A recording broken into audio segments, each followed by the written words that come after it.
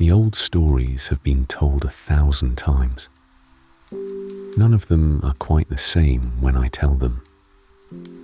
This is The Drifting Historian. Tonight, we're following Joel Palmer's road to Oregon City, one quiet mile at a time. It isn't a list of dates or a lesson to hurry through.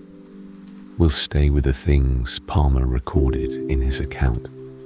Palmer's pause came near the end of his road, at Oregon City. After crossing the Clackamas River in canoes, his party traveled 2 more miles. They had reached a place he had long desired, where they were to have rest and refreshment. Before that crossing, Palmer had described the Clackamas as 150 yards wide. He noted its gently descending banks and its pebbly bottom.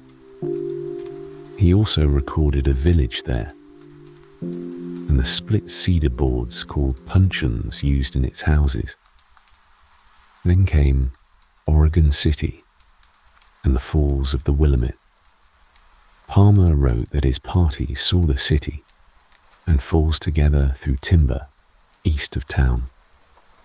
They stopped, grateful to have reached the settlements he described as those of white settlers. Palmer admired the broad water rolling over the falls, then recounted the toils behind them. Palmer scanned the distance point by point, from Independence to Fort Laramie and Fort Hall. He listed Fort Boise, the Dalles, and Oregon City beyond them. His total was 1,960 miles, though he cautioned that actual measurement would vary. The numbers were his own reckoning, not a later measurement. Tonight begins where Palmer paused, with the falls and the road behind him. Then his remembered miles lead back along the road.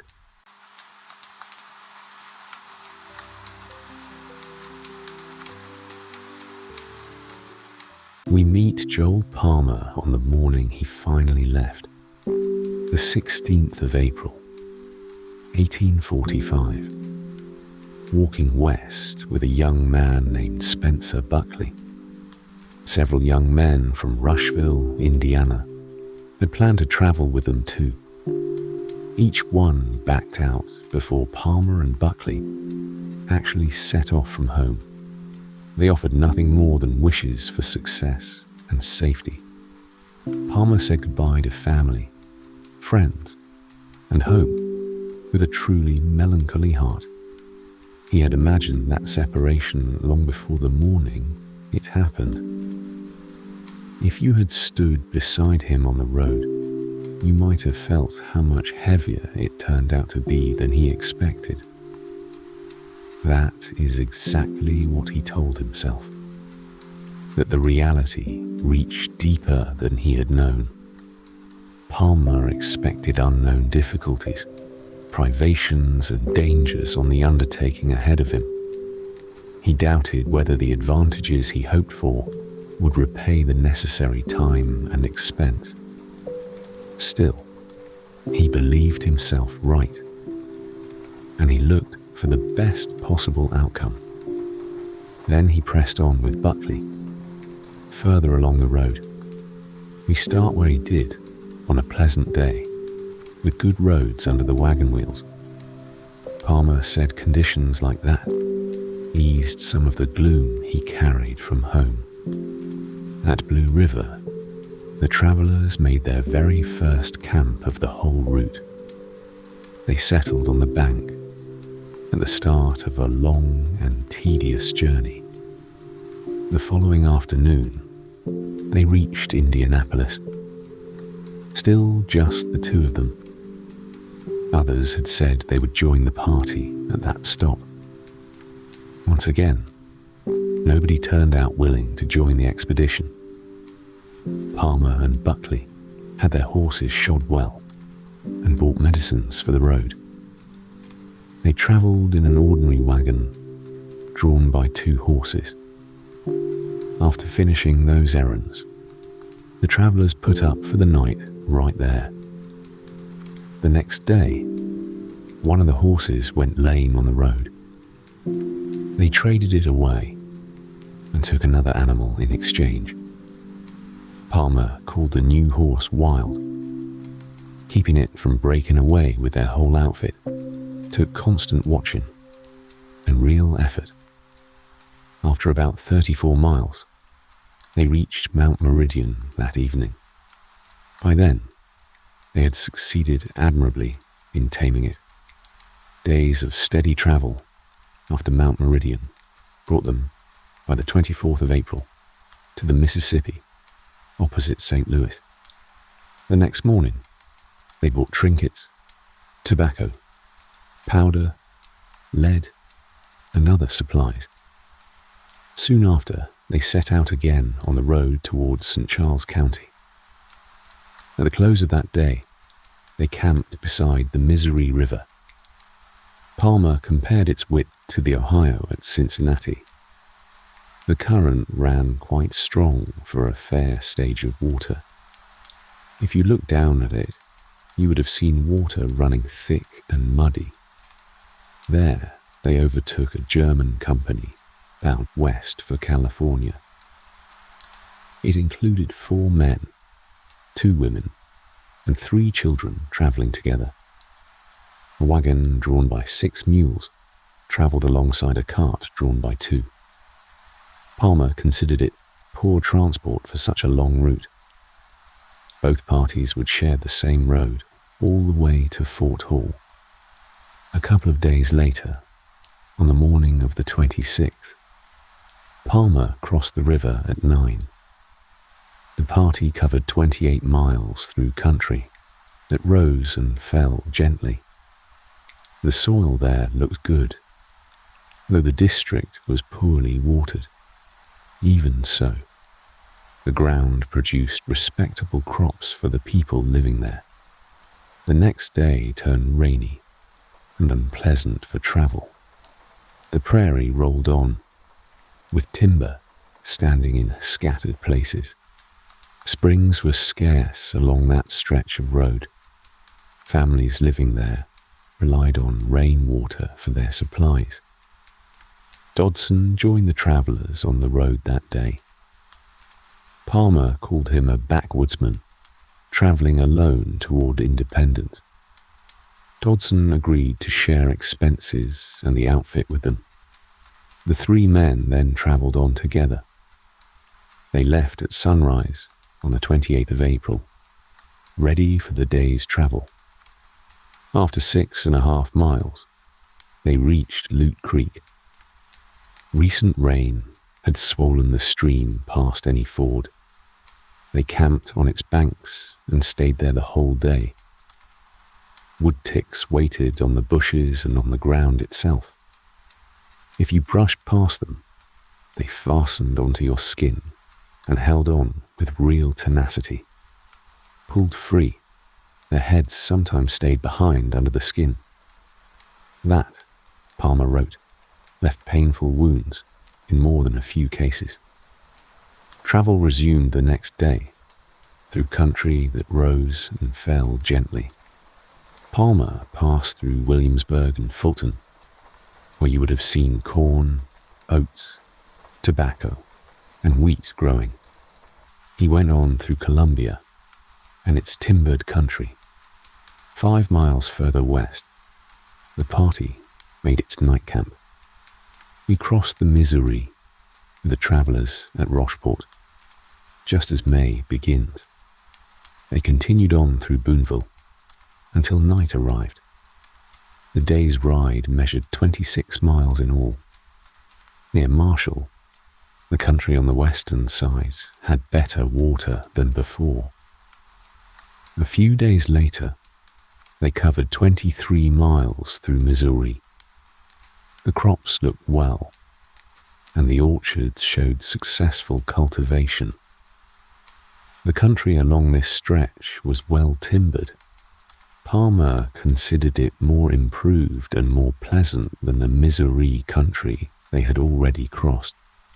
We reach Independence with Palmer at 9 that morning, on the 6th of May.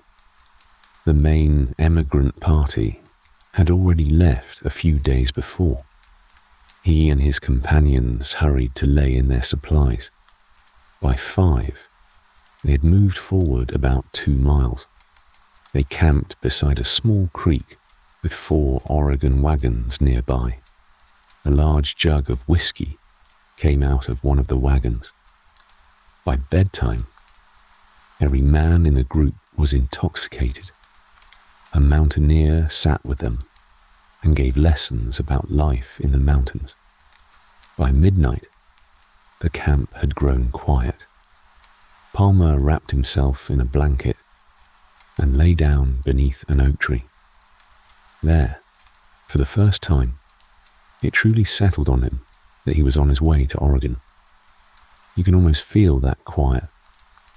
A blanket, a tree, and a realization finally arriving. The next day brought extra horseshoes and more wagon bows. The main emigrant party was now 25 miles ahead of them.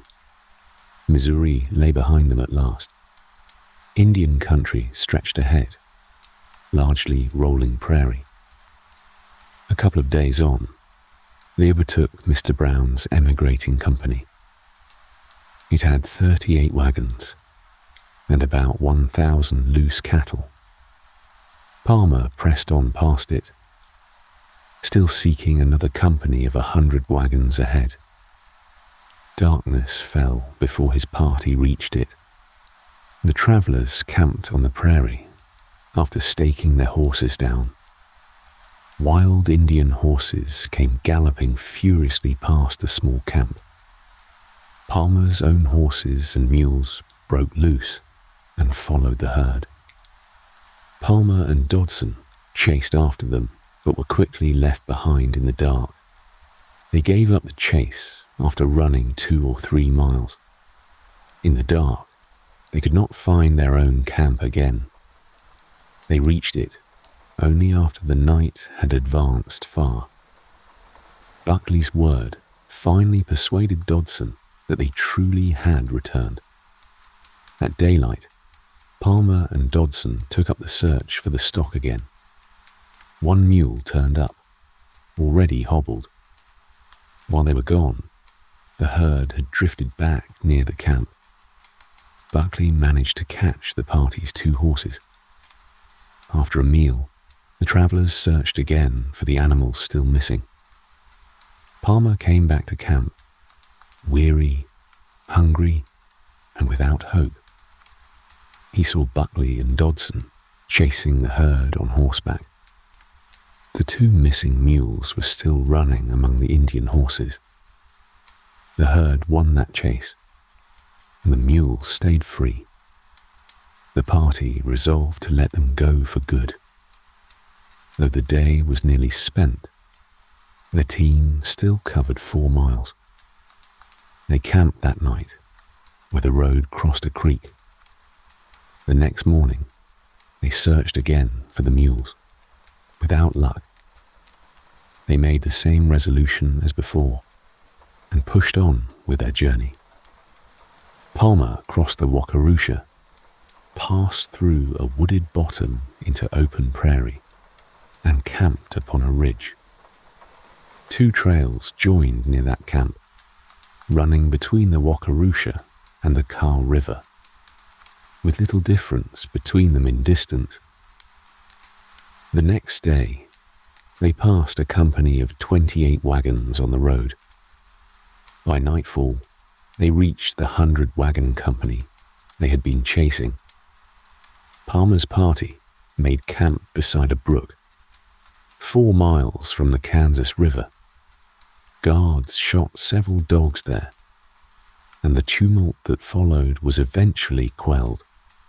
By the 12th of May, the company reached the Kaw, known also as the Kansas River. Its water ran muddy, and Palmer put its width at about 250 yards. Wagons crossed by flatboat, but the work moved slowly. darkness fell before half the wagons had crossed, so the company kept a strong guard around camp and cattle. A thunderstorm interrupted the rest that followed all that preparation. The cattle rushed straight through the guard and off over the country ahead. Nothing could be done to secure them in that moment. Early the next morning, Palmer's party recovered its cattle, and by noon, every wagon had crossed.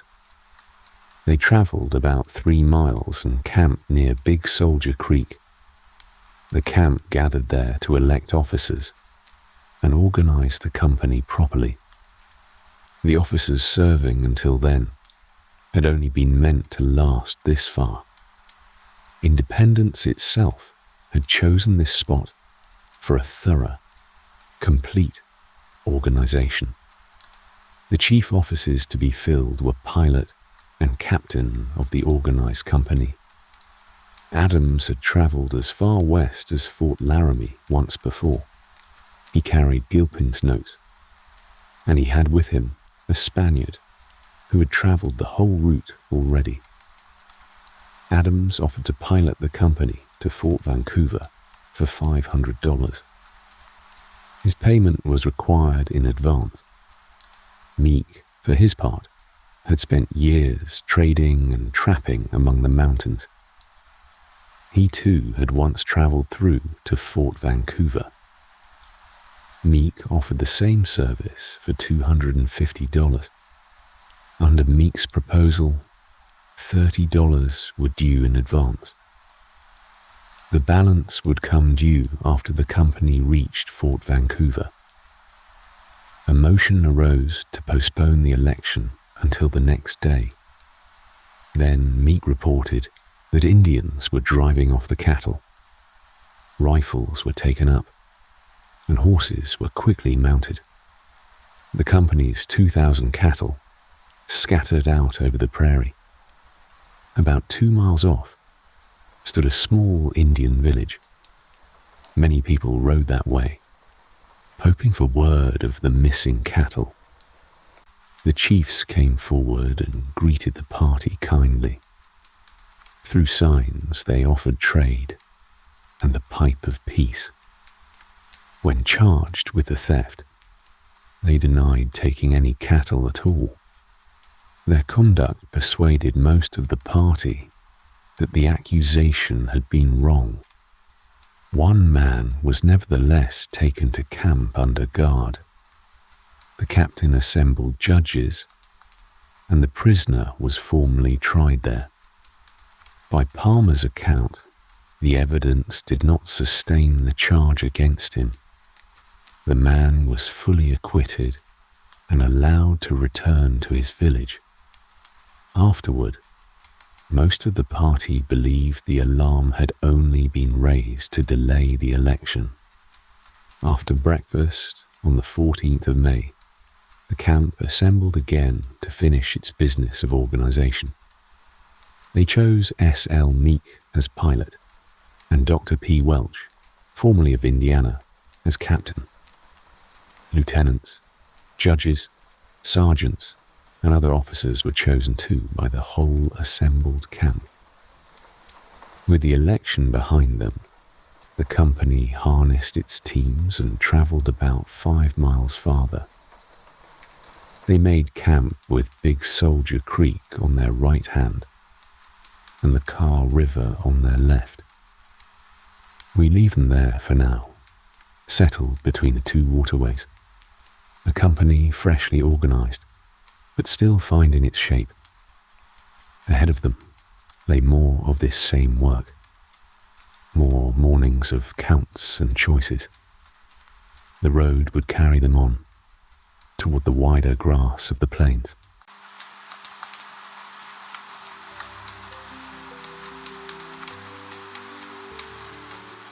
We rejoin Palmer's company the day after the election. Big Soldier Creek slows them down. Its banks run steep, and the crossing cost them time, so the party covers only 12 miles that day. 16 wagons split away there, while 15 new wagons joined the company in their place. The next day, they cover 18 miles over high rolling prairie. They camp beside Little Vermilion Creek, in sight of a core village, home to the principal chief. At the village, the camp restocked its stores. Palmer used harsh words about the people he met there, yet he recorded honorable dealings with them. In recognition of that, the company raised tobacco, powder, and lead for the village. It received many good wishes in return for a pleasant and successful journey. Leaving the village behind, they crossed about 12 miles of fertile prairie. Once they had made camp and eaten supper that evening, a wedding took place. The whole company turned out and watched it with peculiar interest. A plain trail, evening lit up by one small event. The camp stayed where it was that day, and dissatisfaction had been building since the election. A number of disappointed candidates would not submit to the will of the majority. Palmer wrote that a disorderly spirit was making division start to look like the only way forward. The whole company agreed to split into 3 companies. Each one would choose its own officers and manage its own affairs. The pilot and Captain Welsh would keep their positions and travel with the leading company. Welsh had been chosen by all 3 companies before the division. The 3 companies agreed to take turns leading, 1 week at a time. Before they split for good, they agreed to collect money for the pilot. A treasurer, chosen by the whole company, would hold that money under bond. Whoever took the role needed approved security for the faithful performance of the duty. The treasurer posted the required bond and collected about $190.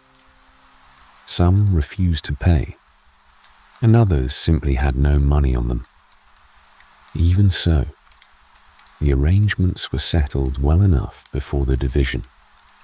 With that settled, the companies separated and each elected its own officers. Palmer found himself in a company of 30 wagons, and they insisted he serve as captain. You can hear his reluctance in his own words, since he wrote that he consented only with hesitation. His company let go of many of the offices and formalities used before. It adopted its own regulations and settled a few other preliminaries. Then, with that business done, the travellers turned in for the night. The road held 15 miles that day, through open prairie country. Small groves showed up now and then along the streams, breaking the flat run of grass. It was a quiet stretch, easy travel after the tangle of company business behind them. The next day brought 13 more miles and a crossing of Big Vermilion. They camped a mile past its western bank, in limestone country that was hilly, almost mountainous. The following day, they crossed Bee Creek and then Big Blue Creek. Oak, walnut, and hickory lined the banks of Big Blue. They made camp 2.5 miles west of that stream. That night, heavy rain fell, and the cattle bolted in fright. The company paid for it the next day, covering only 8 miles. Their pilot warned this was the last chance to find good timber. With axle trees and wagon tongues among the materials still needed, the company stocked up while it could, and every one of their cattle turned up again. Early on May 25th, Colonel Carney and his dragoons passed the company, about 300 men in the column. They were bound for South Pass, far off in the Rocky Mountains. Carney's party moved with 19 mule-drawn wagons, 50 cattle, and 25 sheep. Soldiers, wagons, and livestock all stretched out along the same trail their own company was following. Over that day, and the one before it, his own company covered 32 miles.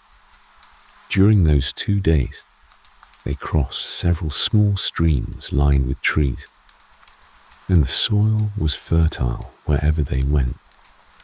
The next day, they overtook Captain Welsh's company after 12 miles of rolling prairie, and camped that night on Little Sandy.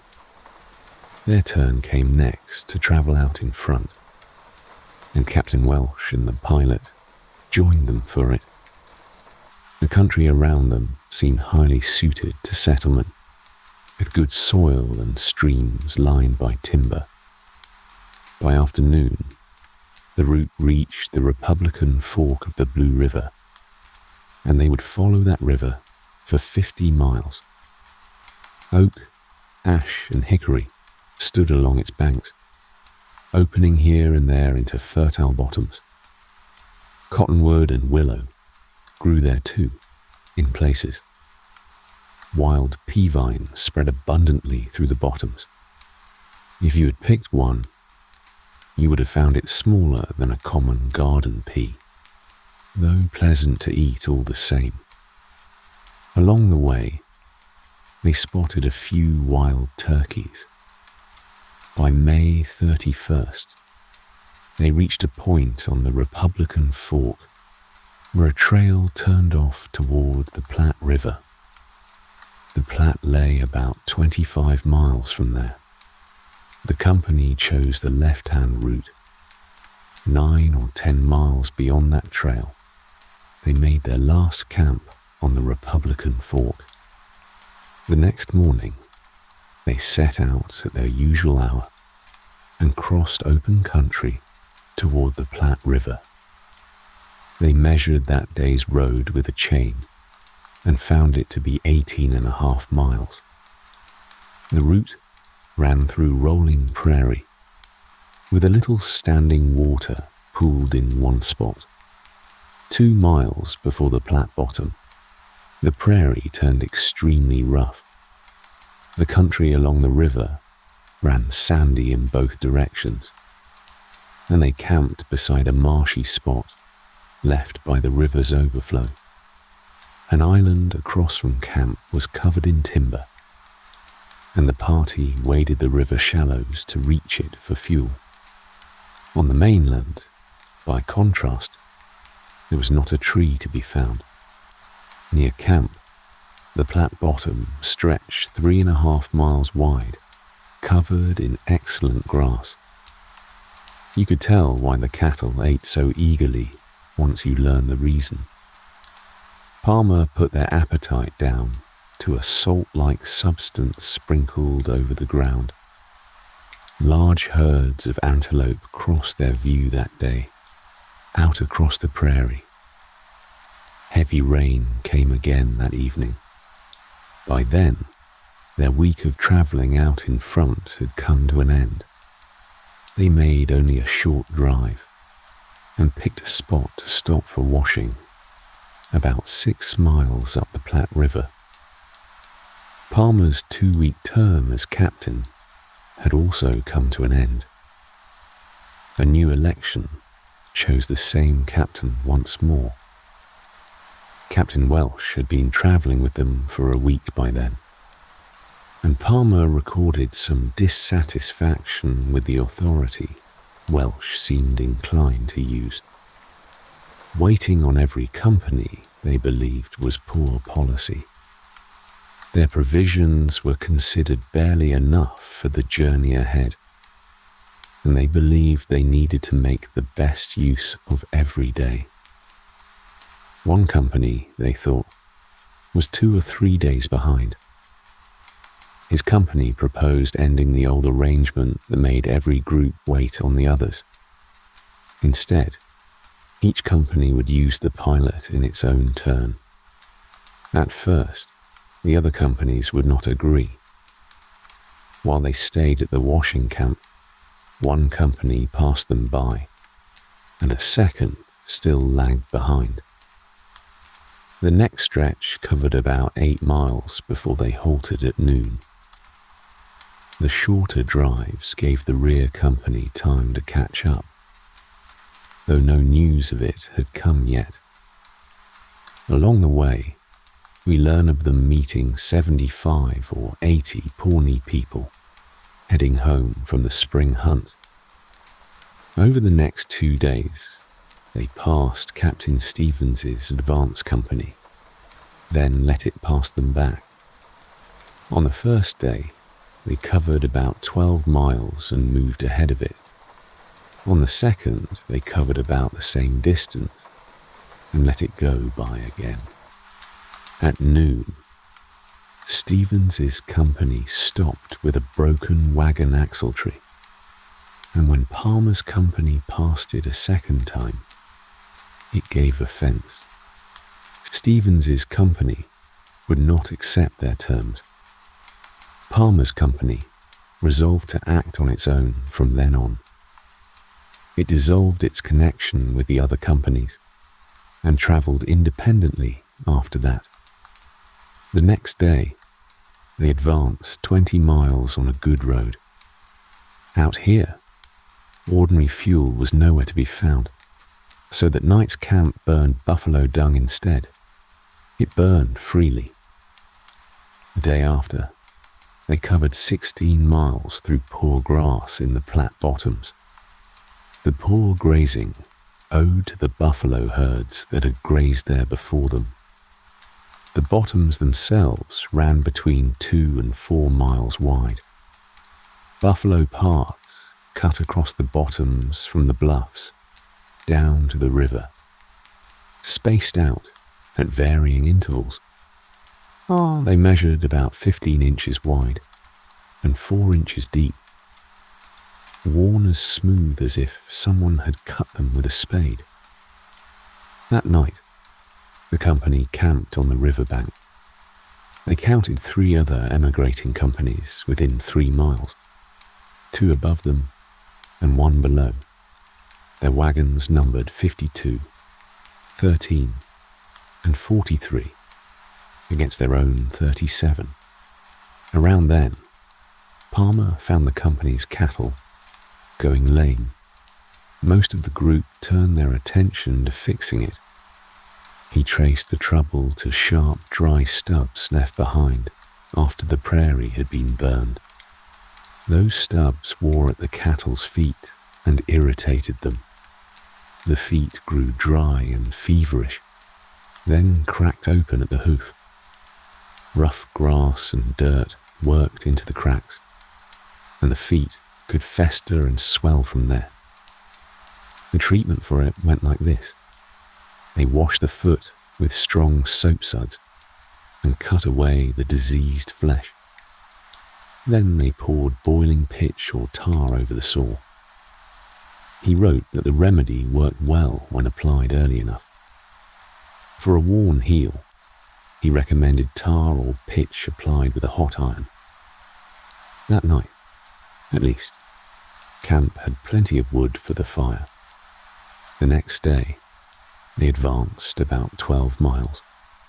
The bottom by camp was narrow and covered with ash timber, and the grazing there was poor. Along the Platte, they passed numerous islands in the river, some of them quite large. The next morning came in rainy. Palmer's company passed Stevens's company again, the same company that had passed them the day before. Their dissensions had healed by then, and Stevens's company had agreed at last to follow their plan.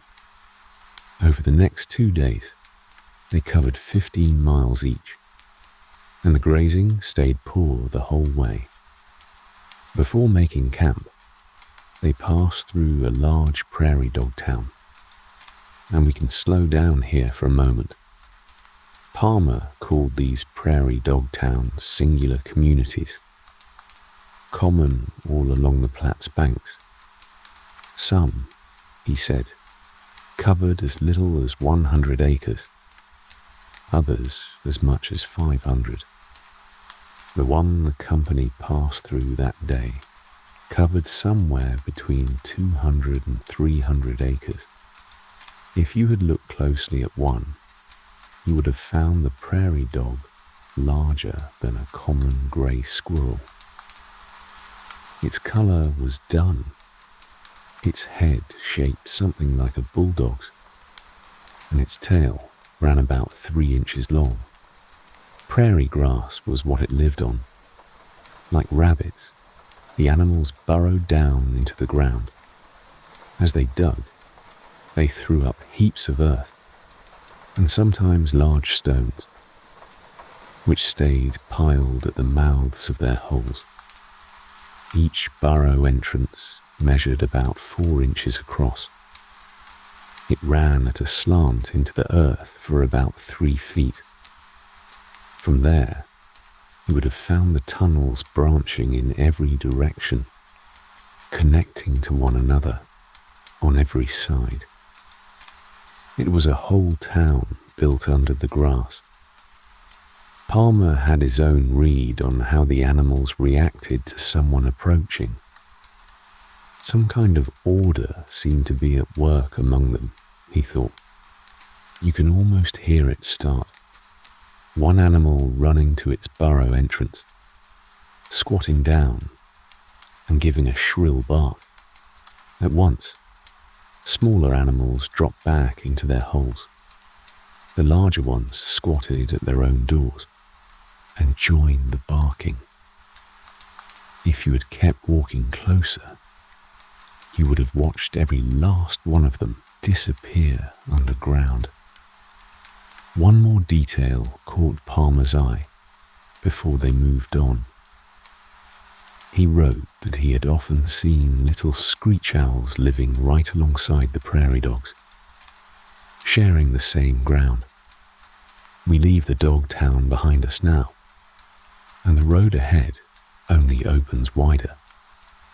Ahead lay the long crossings of the Platte and the first sight of Chimney Rock rising from the plain. Ahead, too, stood the walls of Fort Laramie, and far off, the first glimpse of the Wind River Mountains.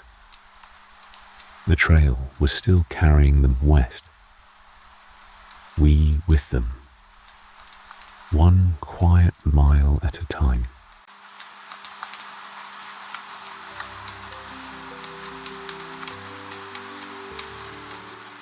We rejoin the company as June moves toward its middle, the wagons covering 10 or 12 miles that day. 6 miles more brought them to the lower crossing of the Platte River.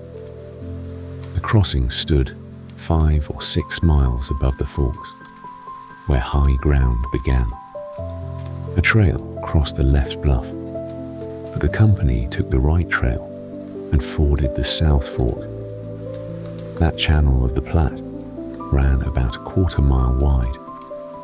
The water ranged from 1 to 3 feet deep over a sandy bottom. The ford was heavy enough that the company doubled its teams. The river ran warm by day, though you would have found it cool enough come morning. Brown's company camped on the west bank, and Palmer's party passed it.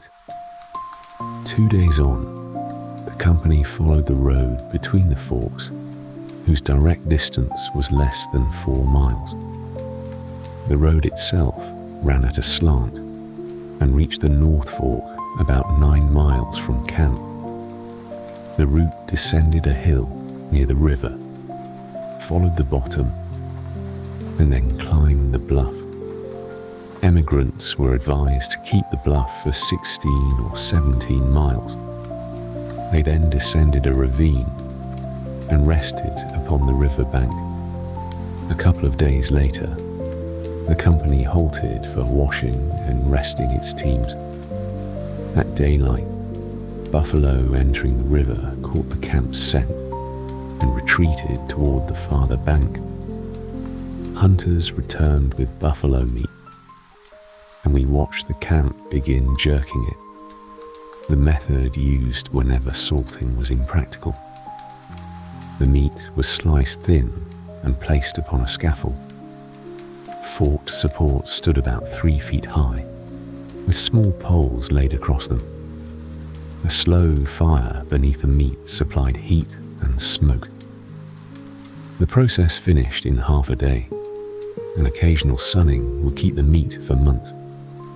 That day, the camp also kept up its ordinary business: washing, ironing, baking, reading, singing, and preparing for worship.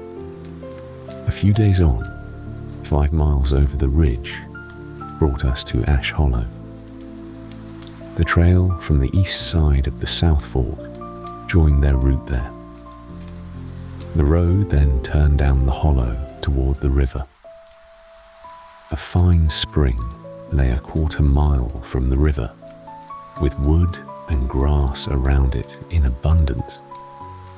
That day's road ran very sandy, and the nearby bluff stood generally rocky.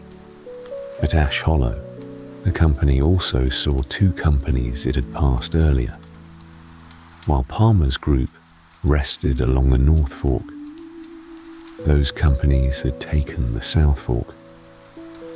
They later descended through Ash Hollow and came back onto the shared route. 5 miles on, the trail reached Spring Creek, followed by 11 more to the company's camp. They stopped opposite the solitary tower, a pile of sand and clay cemented to resemble stone. The material crumbled at the slightest touch. The tower appeared closer from the road than Palmer judged it to be. It stood about 7 miles from the creek mouth. Its height stood between 600 and 800 feet above the river. From the road, you might mistake its outline for an ancient structure. There were 2 ways to climb the tower, including holes cut into its northern face. A southern crevice led toward the second bench, where a climber could press against the sides and rise. A stream ran along the tower's northeastern side, while water had cut deep ravines toward the creek. Another similar pile stood nearby, though smaller and lower. Between the tower and river lay a rolling plain, barren and desolate. The next day, 14 miles brought the company near Chimney Rock.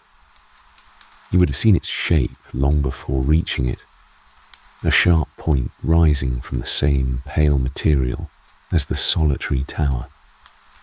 It stood at the bluff's base, 4 or 5 miles from the road. From 30 miles off, you could already pick out Chimney Rock.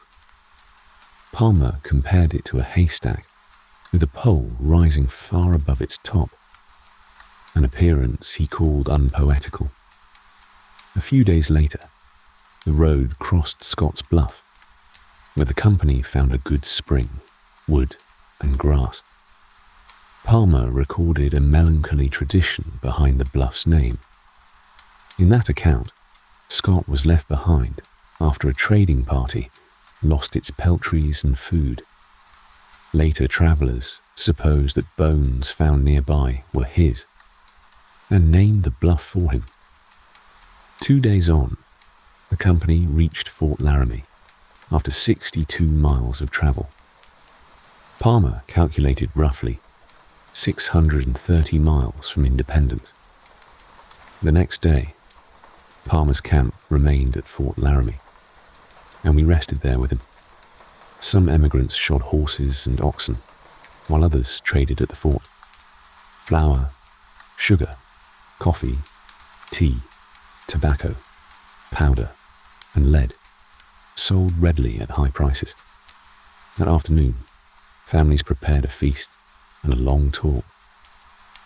Each family contributed what it could spare of bread, meat, coffee, or sugar. The food was cooked and arranged upon buffalo skins spread on the ground. Chiefs and principal men sat in one quarter of the circle. Other men, women, and younger people occupied the remaining rows. 2 young warriors served as waiters, while chiefs and principal men shook hands before the meal. At a signal, Palmer greeted the first division as his party's spokesman. Everyone else in the circle was treated as a lesser guest. Before dinner, a trader interpreted for the chief, who spoke first of earlier white leaders who had passed through as friends. Since then, he said, later travelers had crossed the same country, shooting game and frightening it away, that had left families without the food they depended on. Trade with white people brought profit, he added, and his people met the emigrants as friends. He described a custom of gifts of powder and lead when travelers passed through. Many members of his group had gone into the mountains to hunt. Before white people came, game had been tame and easy to catch. It had since been frightened away, forcing the hunt into the mountains, and his people now needed long guns. Palmer then gave his reply. The emigrants were travelling to Western Waters and intended to settle there.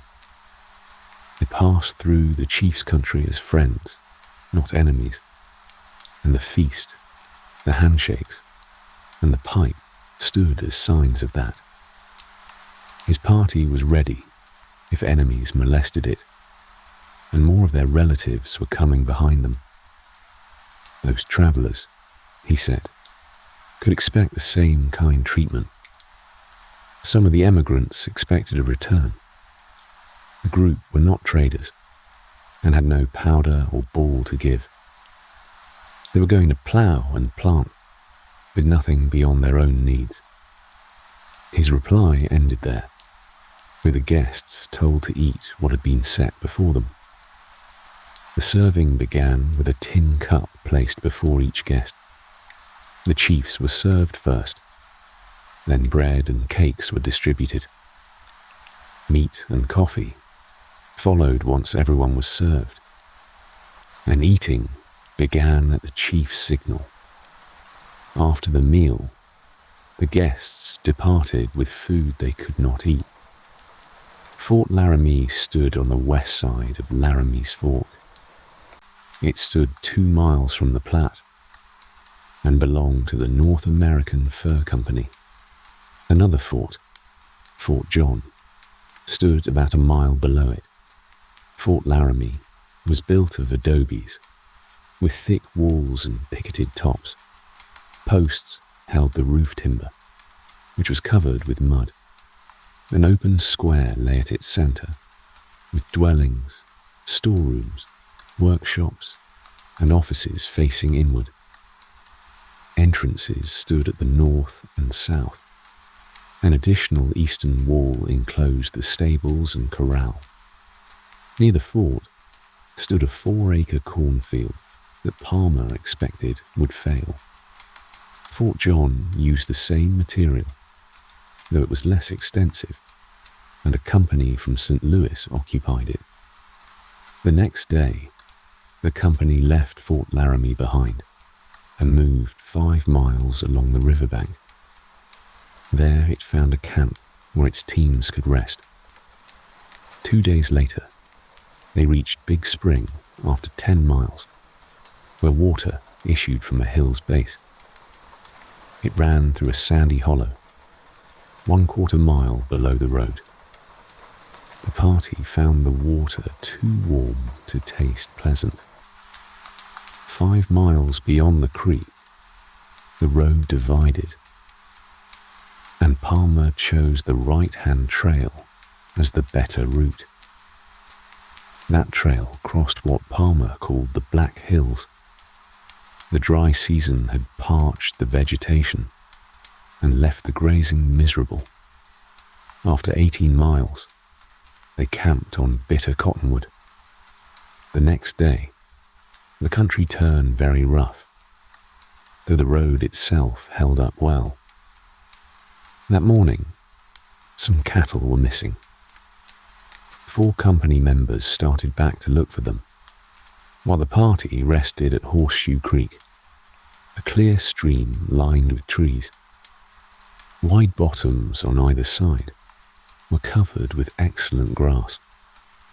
At Horseshoe Creek, the road stood about 3 miles from the river. A couple of days on, the absent cattle hunters still had not returned, and the party remained in camp. They sent a reinforcement back before travelling onward. 8 miles brought us to the Dalles of the Platte, where the river broke through a mountain spur.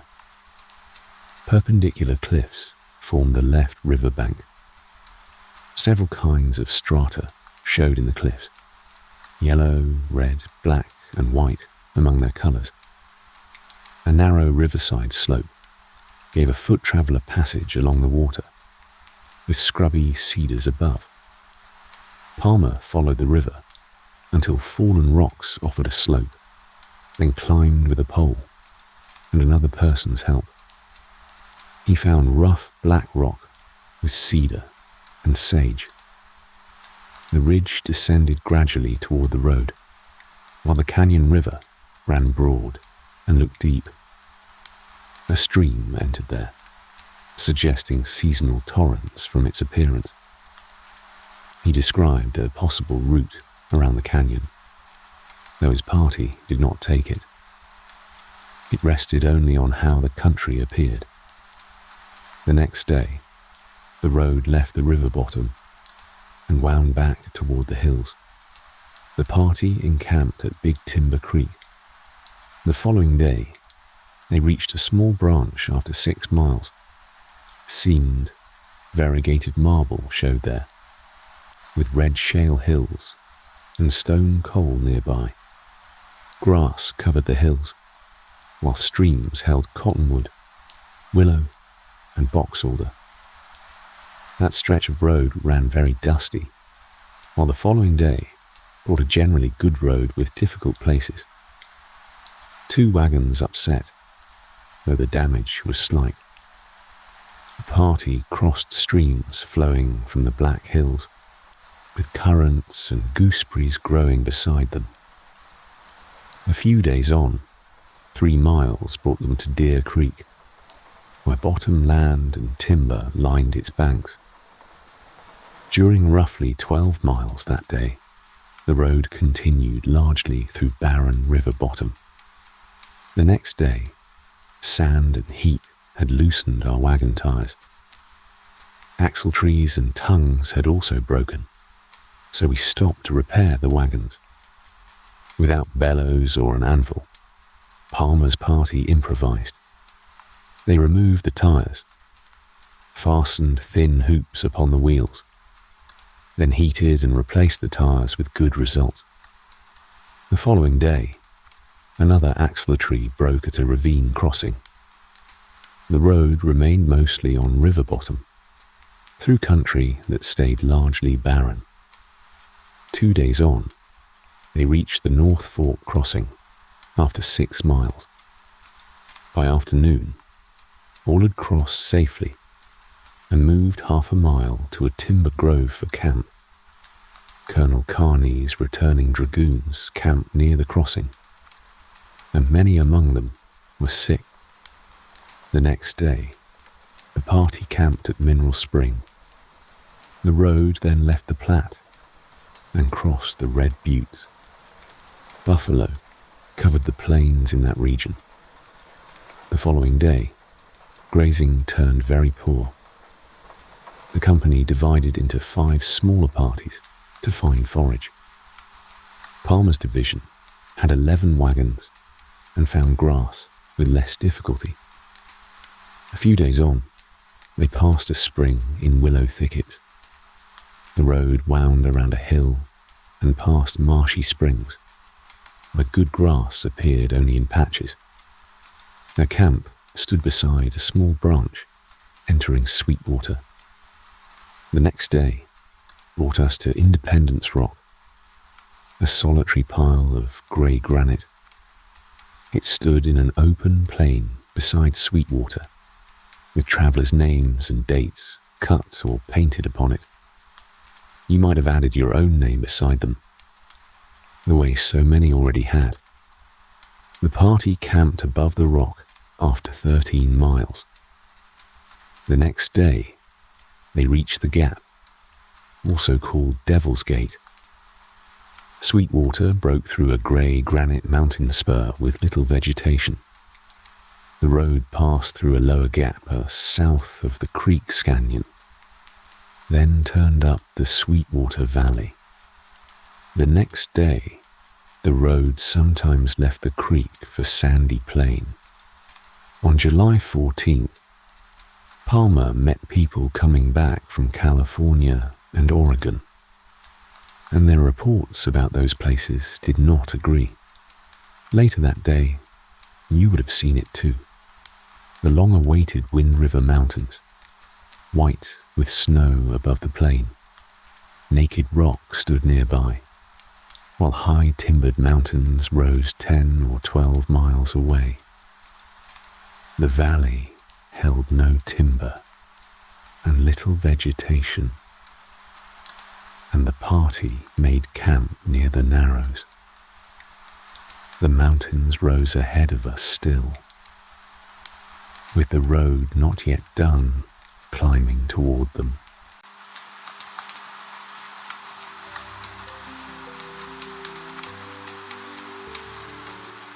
We come now to the High Divide, where the trail split in two below the Narrows. Palmer's company took the nearer path, the one that ran beside Sweetwater. It crossed the creek several times before joining the other road again near camp. That stretch covered about 11 dusty miles over good ground. The next day brought a journey of about 26 miles. After 4 miles, the road entered a marshy bottom with very good grass. A spring of good water rose near the crossing through its centre. 8 miles farther, the company reached a small stream with little grass to offer. 6 further miles returned the wagons to Sweetwater. They crossed it, left it, and met it again after 6 or 8 more miles. Grass was good there, and wild sage supplied their only fuel. If you had woken in that camp, you would have found a heavy frost over everything by morning. Tired cattle limited the next day's travel to just 5 miles. The road followed a creek bottom, most of it covered with grass. Ice formed a 1/4 inch thick in the buckets during another heavy frost. There, the company met the mountaineer Walker on his way toward Fort Bridger. The road the following day climbed a bluff and wound among rocky hills. For 6 miles, it passed bare ledges through country Palmer considered barren in the extreme. Several small streams offered grazing for smaller parties. The day stayed cold from morning to dark. The Wind River Mountains stood about 20 miles off to the right. You could see ice, snow, and timber laid across their high peaks.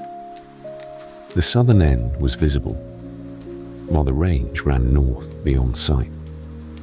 Rolling, apparently barren country filled the space between the road and those peaks.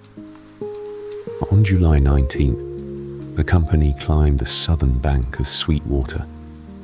6 miles on, it met the creek again, finding bottom grass and willow for fuel.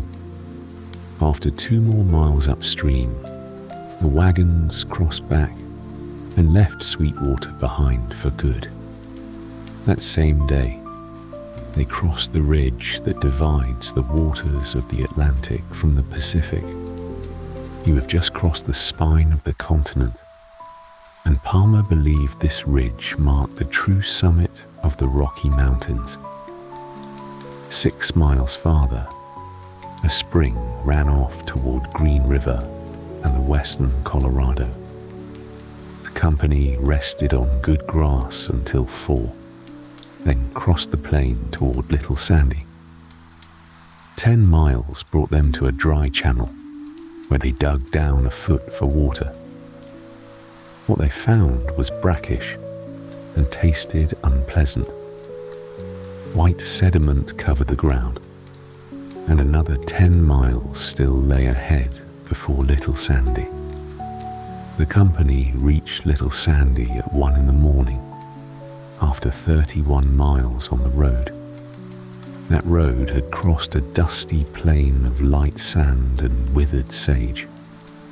Little Sandy itself flowed down from the Wind River Mountains, beside a narrow bottom of grass and willows. By this point, the company had moved beyond the buffalo range. They were rarely mentioned now, though the travelers had already seen thousands. Antelope, though, were still counted by the hundreds most days. The next day, the company covered 13 miles toward Big Sandy. A level sandy plain carried the road on through wild sage. At Little Sandy, the trail divided again, and Palmer's company chose the left-hand path. The right-hand route reached Big Sandy after 6 miles, then crossed a long, dry stretch. It might save about 2.5 days. He warned that the 40 miles before Green River offered no water and little grass. The left route, the one Palmer chose, followed Big Sandy before reaching Green River above its mouth. 6 miles on July 21st brought the wagons to Green River, which Palmer also called the Colorado. Its clear, rapid water measured about 100 yards across. A gravel bottom ran through sandy country, with broad, grassy bottoms here and there. Most emigrants cross Green River on rafts. Palmer's company found a ford instead, and raised each wagon bed 6 inches. Poles beneath the beds kept their goods above the water, and the whole company crossed safely within an hour. After crossing, the company followed Green River downstream for 8 miles. They camped in a grove near cabins the traders had built. Fish were abundant in the stream, and the party spent part of the halt fishing.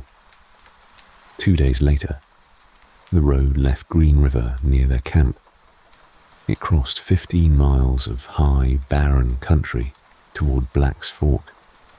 The company followed that stream before camping, while scattered bottoms offered grass, cottonwood, and willow brush. Snowy mountains stood to the south of the road. On July 25th, 16 miles and several creek crossings brought them to Fort Bridger. It was a trading post owned by Bridger and Bascus. Its pole walls were coated in mud, and Palmer judged the place a shabby concern. Trade there included robes, dressed skins, clothing, moccasins, and other goods. Traders exchanged these for flour, pork, blankets, tools, powder, lead, coffee, and sugar. A horse traded for somewhere between $25 and $50. Cattle, goats, and sheep changed hands at the post as well. The bottoms near Fort Bridger were wide and covered in good grass. Cottonwood gave plentiful timber along the stream. Trout were abundant. And if you had stayed through winter, you would have found the fort mostly empty.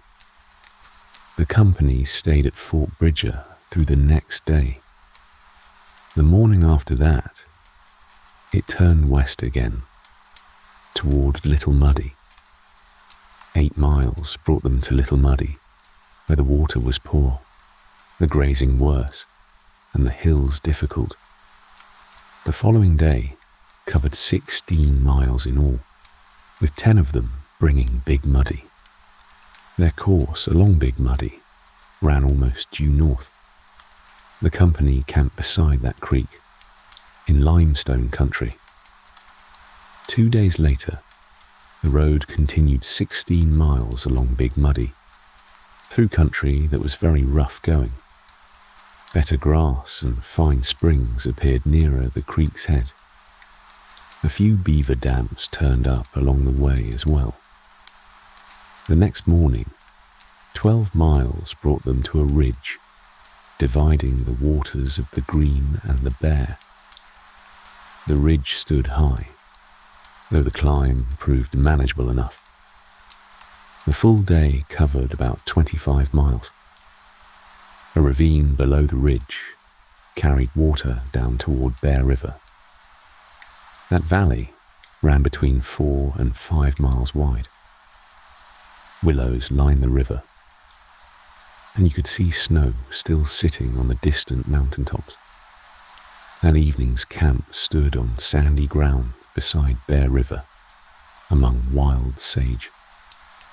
2 days on, the company followed Bear River for 15 miles. Its bottom ran between 2 and 4 miles wide, and usually carried good grass. The road there was excellent. The camp made 2 miles above Smith's Fork. 2 miles more brought Smith's Fork, a clear stream entering from the east. It measured about 15 yards wide, with timber and undergrowth along its banks. Mountain trout were plentiful there as well. The road followed Bear River's bottom through Spring Branch and the Narrows. At the first crossing of the river, the company found 2 trails. The shorter path climbed a creek and crossed over a hill. It rejoined the other trail near the foot of Big Hill. High, rugged hills bordered Bear River along that day's road. Their slopes carried grass above bottoms spanning 1 to 4 miles. You might have seen the large antelope herds along the way before the company camped inside a river bend near the second crossing. The next day, 4 or 5 miles brought them to Big Hill. The climb reached a steep first ridge after about half a mile. The road turned through connecting ravines before reaching the mountain's top. Wagons then followed the ridge for roughly 2 miles. The route turned left and dropped about 1 steep, stony mile toward the plain below. Every wagon reached that plain safely. From the height, the surrounding country spread out beyond the ridge as far as he could see. The full day's journey measured about 19 miles. Beyond Big Hill, Bear River's valley turned northwest, and you could still see it, stretching away for a long distance. A broad valley opened to the south, toward Bear Lake. High mountains separated lake from river, with another snow-covered range further to the southwest. 2 miles from the mountain's foot, the road returned to Bear River at Big Timber, where the camp was good. 8 more miles brought a spring branch with grass in a wide bottom. A marsh kept the wagons from reaching the river itself.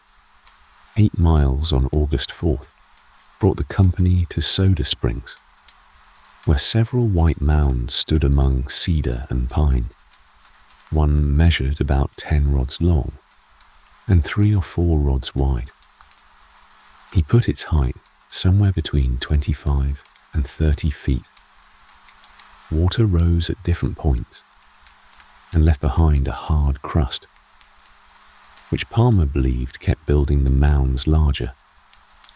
Rocks of the same mineral formation turned up across the surrounding country. If you touched the water on the mounds, it felt warm. Near the first mound, a round pool lay above the road, with an opening about 8 feet across. Its water was strongly charged with soda, and it bubbled and sparkled along one edge. It was cool enough to drink, and pleasant when sweetened. A rapid creek crossed below the mound, over a mineral-coated rocky bed. Beside it, a small stream ran out from a crevice. Palmer considered that stream the best drinking water in the whole area. Other commonly used springs lay about 3/4 of a mile farther on. Cedar and pine ran on toward the mountain, while the ground beyond the road stayed largely bare. Bear River measured about 100 yards wide and 18 inches deep at that point. Its water moved fast beside the springs. Near one channel, a circular basin lay hidden beneath the grass. It measured about 2 feet across at the top and widened below that. Clear, cool water sat roughly 3 feet beneath the rock's upper edge. Its movement gave him warning before he could step into the opening. Farther downstream, Steamboat Spring had built itself a small cone. It measured near 2.5 feet high and 3 feet wide. Water swelled up through a 6-inch opening every 8 or 10 seconds. The burst sometimes rose several feet, breaking into scattered streams. The spring's water looked milky until it settled clear inside a vessel. Its repeated release made a sound Palmer compared to a steamboat. That sound, he wrote, could carry about 1/4 mile. On August 5th, 5 miles brought them to the place where the road finally left Bear River. The river turned south toward Great Salt Lake, while the wagon road passed north through a broad valley. 2 mountain ranges bordered that opening. 2 trails crossed the valley near the mountain's base. Palmer chose the nearer route, the one that followed the mountain for several miles. The other trail cut directly toward the far side of the valley. A cool soda pool stood beneath roadside cliffs along the nearer path. The pool had formed a low white basin, and several spring branches crossed the next few miles. The wagons then went on 8 or 9 miles across the plain. That night's camp stood beside a spring branch where you would have found little wood, but excellent grazing. Palmer believed the plain showed signs of old volcanic activity. You could see standing craters and a large mound wrapped around a deep central hollow. Dark fragments that looked like black glass lay scattered across the ground. Some of them melted together. The plain was rather barren, its seasonal grass already dried out by summer. Little vegetation remained visible around the road, and the company halted there for the night. The next day, the wagons travelled about 15 miles. 7 of those miles followed the valley before the road crossed a mountain ridge. Beyond it, water flowed toward Lewis River, while the road wound on through hills and aspen thickets toward Fort Hall. The day after, 10 miles of good road followed the stream, with willow brush supplying fuel beside the water. The last 7 miles crossed a dry, sandy plain, heavy, going the whole way. Camp stood beside a large cold spring, with very good grazing. 5 miles on August 8th, brought the company to Fort Hall. It was a Hudson's Bay Company trading post. Like the forts before it, this one used adobe walls made from sun-dried brick. Its general shape resembled those earlier posts. A projecting bastion stood at every corner, with openings that let firearms be used from inside. Captain Grant commanded the post during Palmer's visit and carried, in Palmer's judgment, a gentlemanly bearing. Fort Hall kept flour carried in from Oregon settlements by packhorse. If you needed flour there, it cost $20 per hundredweight. Many travelers needed flour and had lame cattle to trade, so brisk business followed between them and the fort. Cattle traded for flour brought values between $5 and $12 each, while the fort also bought and sold horses. Those horses ran between $15 and $25. The traders accepted only cattle or money for goods and provisions. Wide grassy bottoms surrounded Fort Hall, with plenty of wood nearby, and no farming yet begun. Palmer believed drought held the soil back without irrigation. Watered properly, he thought, it might support wheat, corn, potatoes, and other crops. Snake River flowed within half a mile of Fort Hall, its clear water running over a pebbled bottom. It measured near 150 yards wide at that point. You could take different kinds of fish there with just a hook. While the company rested there, travelers kept hearing warnings against the Oregon Road. Those accounts claimed its river crossings, and remaining distance would bring severe trouble.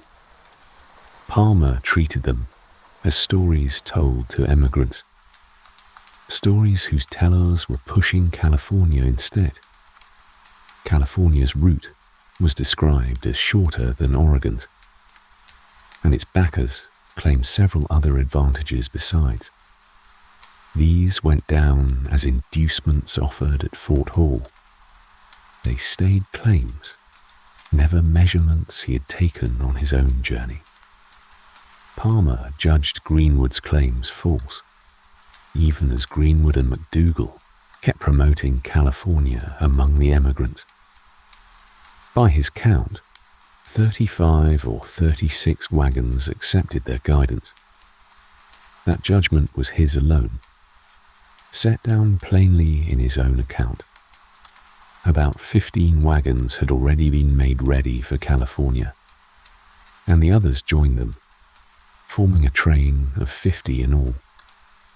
Palmer never learned what became of that expedition, and neither will we. His own road went on west from Fort Hall, following the river that had run past its gates, toward whatever the country ahead still held.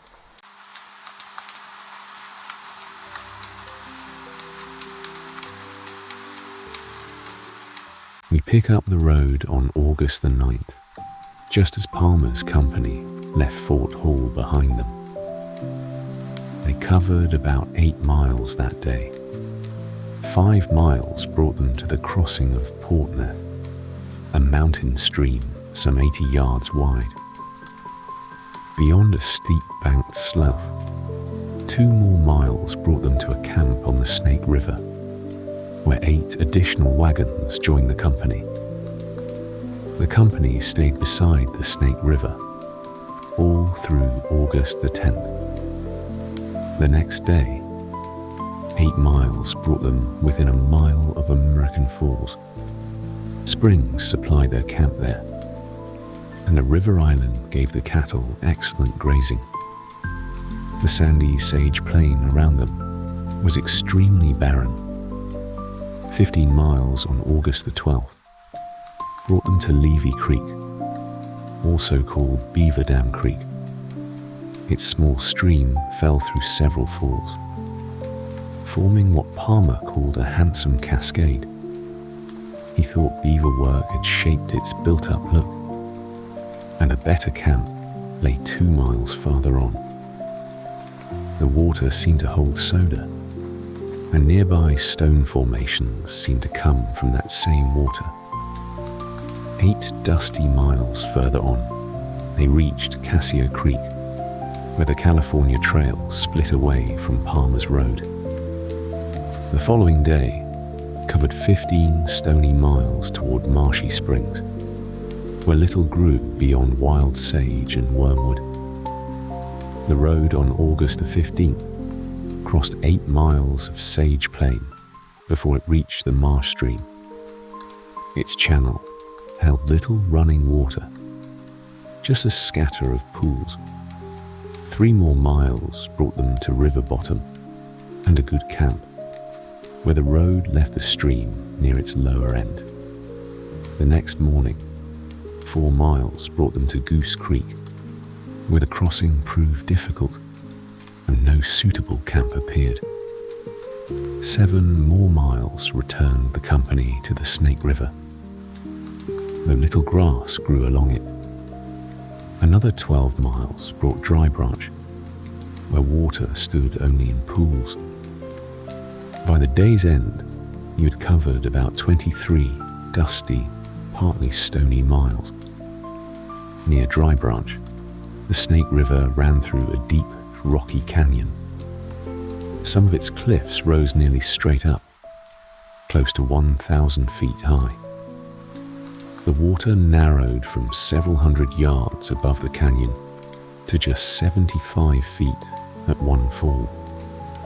For 6 miles, the steep banks would have kept you from reaching the water below. A day later, the company crossed 8 miles of sage plain. The road then entered Rock Creek Bottom, where they found a good camp. The next day, 8 miles brought them to the Rock Creek crossing inside a canyon. There, the company stopped to eat and watered the stock before 12 sandy miles crossed a high sage plain. Night found them camped upon the river bluff. The cattle traveled 1.5 miles down the bluff to reach water, while the company carried water back up to camp by hand. Little grass or green brush grew beside the river. Basalt bluffs rose above 1,000 feet, with mountain ranges visible on both sides. The following day, 9 miles brought the road down toward the river bottom. The Snake River still lay 3 miles off. A warm spring branch entered the river near camp, and the full day's travel measured about 12 miles. 9 miles on August the 20th brought them to Salmon Falls, where 18 or 20 huts stood near the river. The people there traded plentiful salmon for hooks, clothing, calico, knives, powder, and other useful goods. For several miles, the river ran through a succession of cataracts, the highest of them, by Palmer's estimate, under 12 feet. The next day covered 12 miles across Sandy Hill and Sage Plain, after a late start caused by missing horses. Camp stood upon the river bluff, 1 mile from water, where the grass was very thin. Scattered cattle delayed the start on August the 22nd. The company still managed about 10 miles that day. At night, it descended a ravine toward the Snake River, where the cattle found too little food.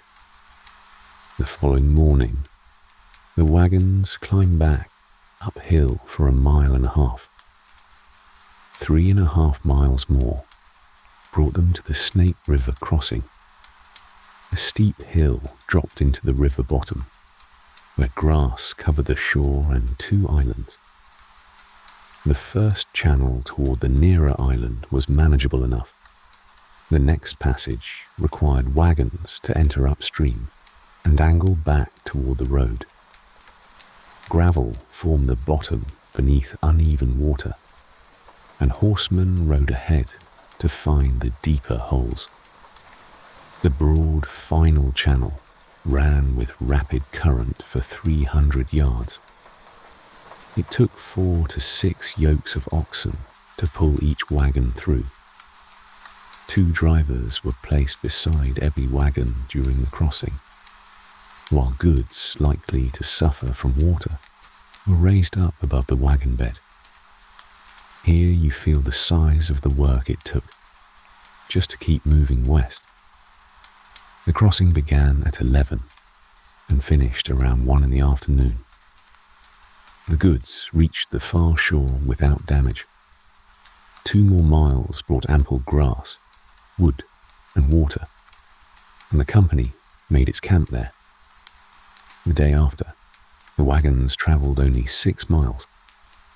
A stony hill led across Sage Plain toward another spring branch, and good grazing appeared a mile upstream.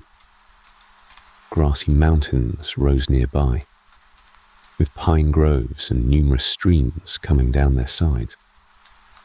The company rested in camp all through August the 25th. 10 miles the following day brought a small stream a quarter mile above the road, near Hot Spring Branch. Good grazing lay between the road and the mountain, while the Snake River stood 8 miles off, across barren Sage Plain. A short march on, 1 mile brought them to 5 or 6 hot springs, their moving water forming a rapid stream about a yard wide. It ran hot enough to cook with, and you could have used it straight from the ground. Similar springs nearer the mountain flowed into a reservoir. The next stretch crossed several running streams across 18 miles. It stayed near the mountain's base, among sage and greasewood. Camp stood beside the small stream called Charlotte's Fork. Another 18 miles brought them to the Boise River on August the 29th. The stream measured between 40 and 50 yards wide.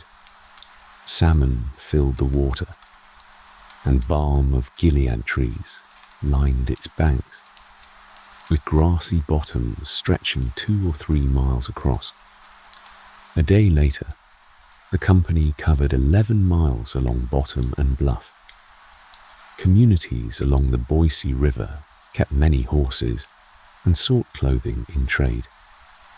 According to Palmer, clothing worth $10 or $12 could bring a good horse in exchange.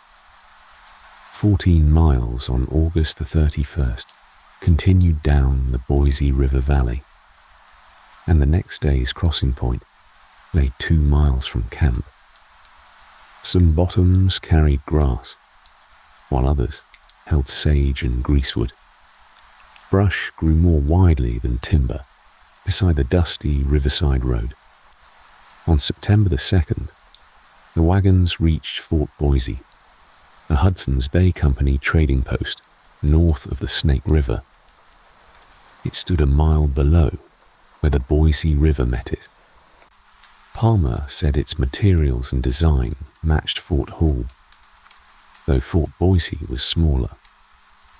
You have seen a post like this before, only a little further down the road. Fort Boise served mainly as a supply stop, set amid sparse grazing and generally barren country. Flour brought up from Oregon City sold there for $20 per hundredweight. A few company members bought it once their own stores ran low.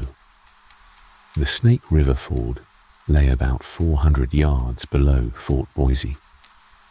Wagons angled toward an island first, then turned for the southern bank.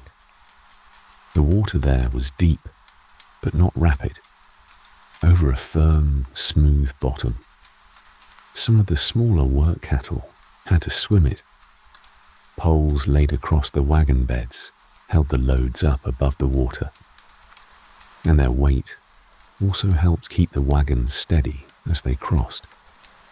The company finished the passage in about 3 hours, with little cargo getting wet.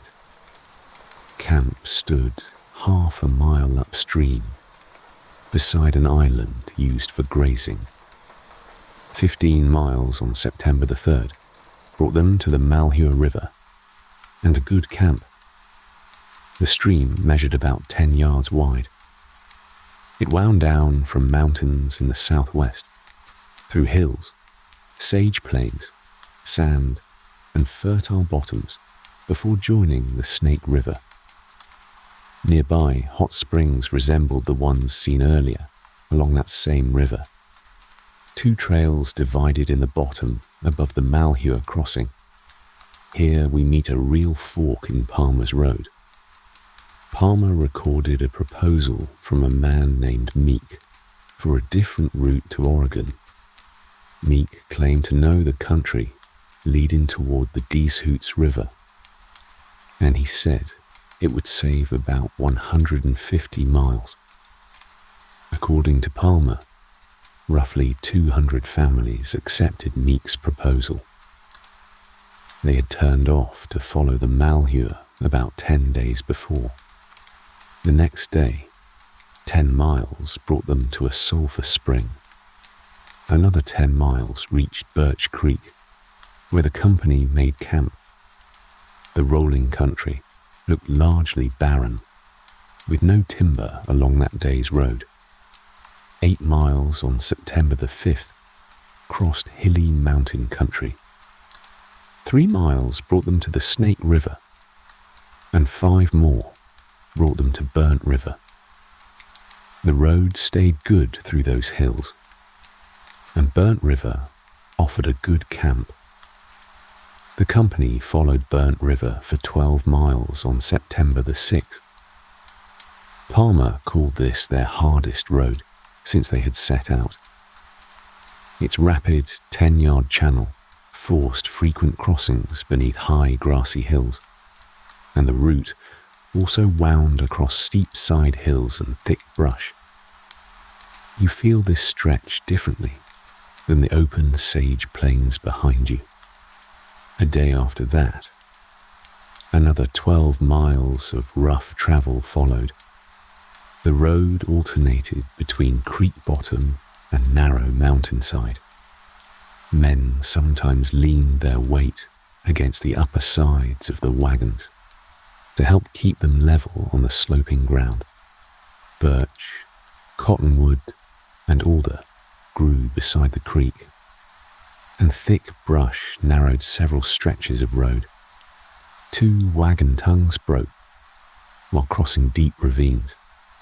Apart from those breaks, the company passed through without further loss. The next stretch, 14 miles, followed a firmer road. It returned to the creek after 2 miles and crossed several small branches. 6 or 7 miles followed another fork before the route crossed a mountain. Camp stood beside running water, near a small pine.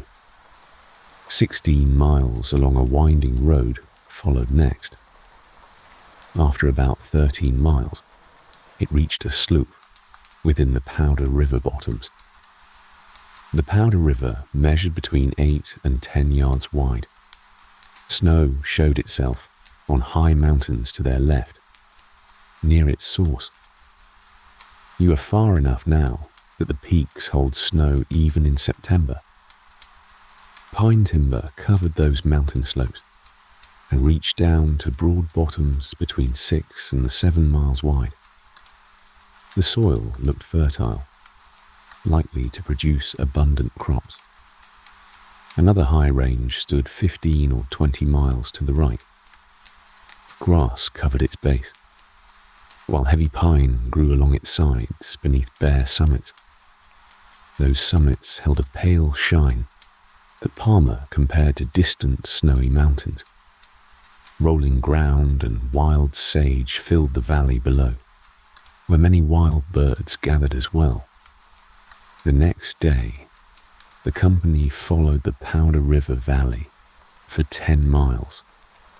8 miles brought them to the main crossing, followed by 2 smaller forks. Each stream offered a suitable camp, and the wagon stopped for the night within this well-watered country. On September the 11th, 12 miles began easily before the road climbed a rough ridge between the Powder River and the Grand Ronde. A winding descent then covered about 1.5 miles before it opened onto the valley floor. The Grand Ronde stretched nearly 30 miles long and 20 miles wide, with a stream about 20 yards across. That stream took in mountain branches, running through rich earth that supported grasses and red clover. Camas roots and wild flax grew there too. After so many dusty miles, you can feel the change in the ground beneath you. Timbered streams held salmon and other fish, and yellow pine groves came down from the mountain slopes toward the valley. Bear, deer, and elk lived in the area, and Palmer judged the valley favorable for settlement. It is easy to see why, when you look at all that surrounded them. The company's camp stood near a spring at the foot of the hill. Another broad valley lay 20 miles to the north, with streams flowing toward the Lewis River. The next day, 7 miles crossed the upper end of the Grand Ronde. Camp stood where a small spring branch met the rising mountain road.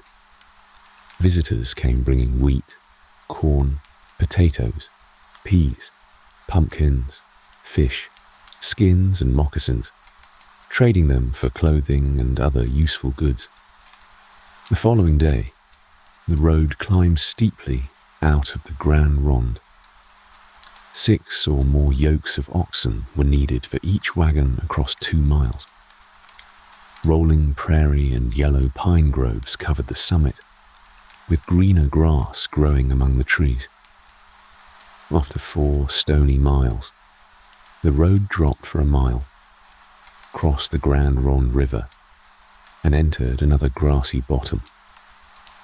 Bushes grew around the camping place, where the company stopped for the night. We leave the valley's richness behind us for now. Another mountain climb began the next day. The road followed a ridge across deep ravines and high craggy rocks.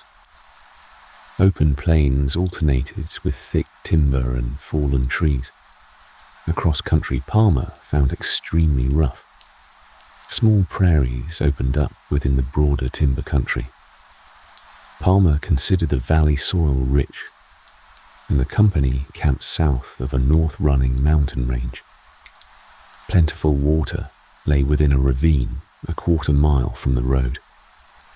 Yellow pine, spruce, balsam fir, and hemlock grew around the camp, with laurel among the bushes. The company spent the night there, among that timber.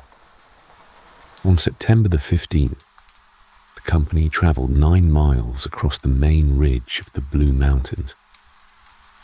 Timber covered much of the country, similar to the previous day's mountain road.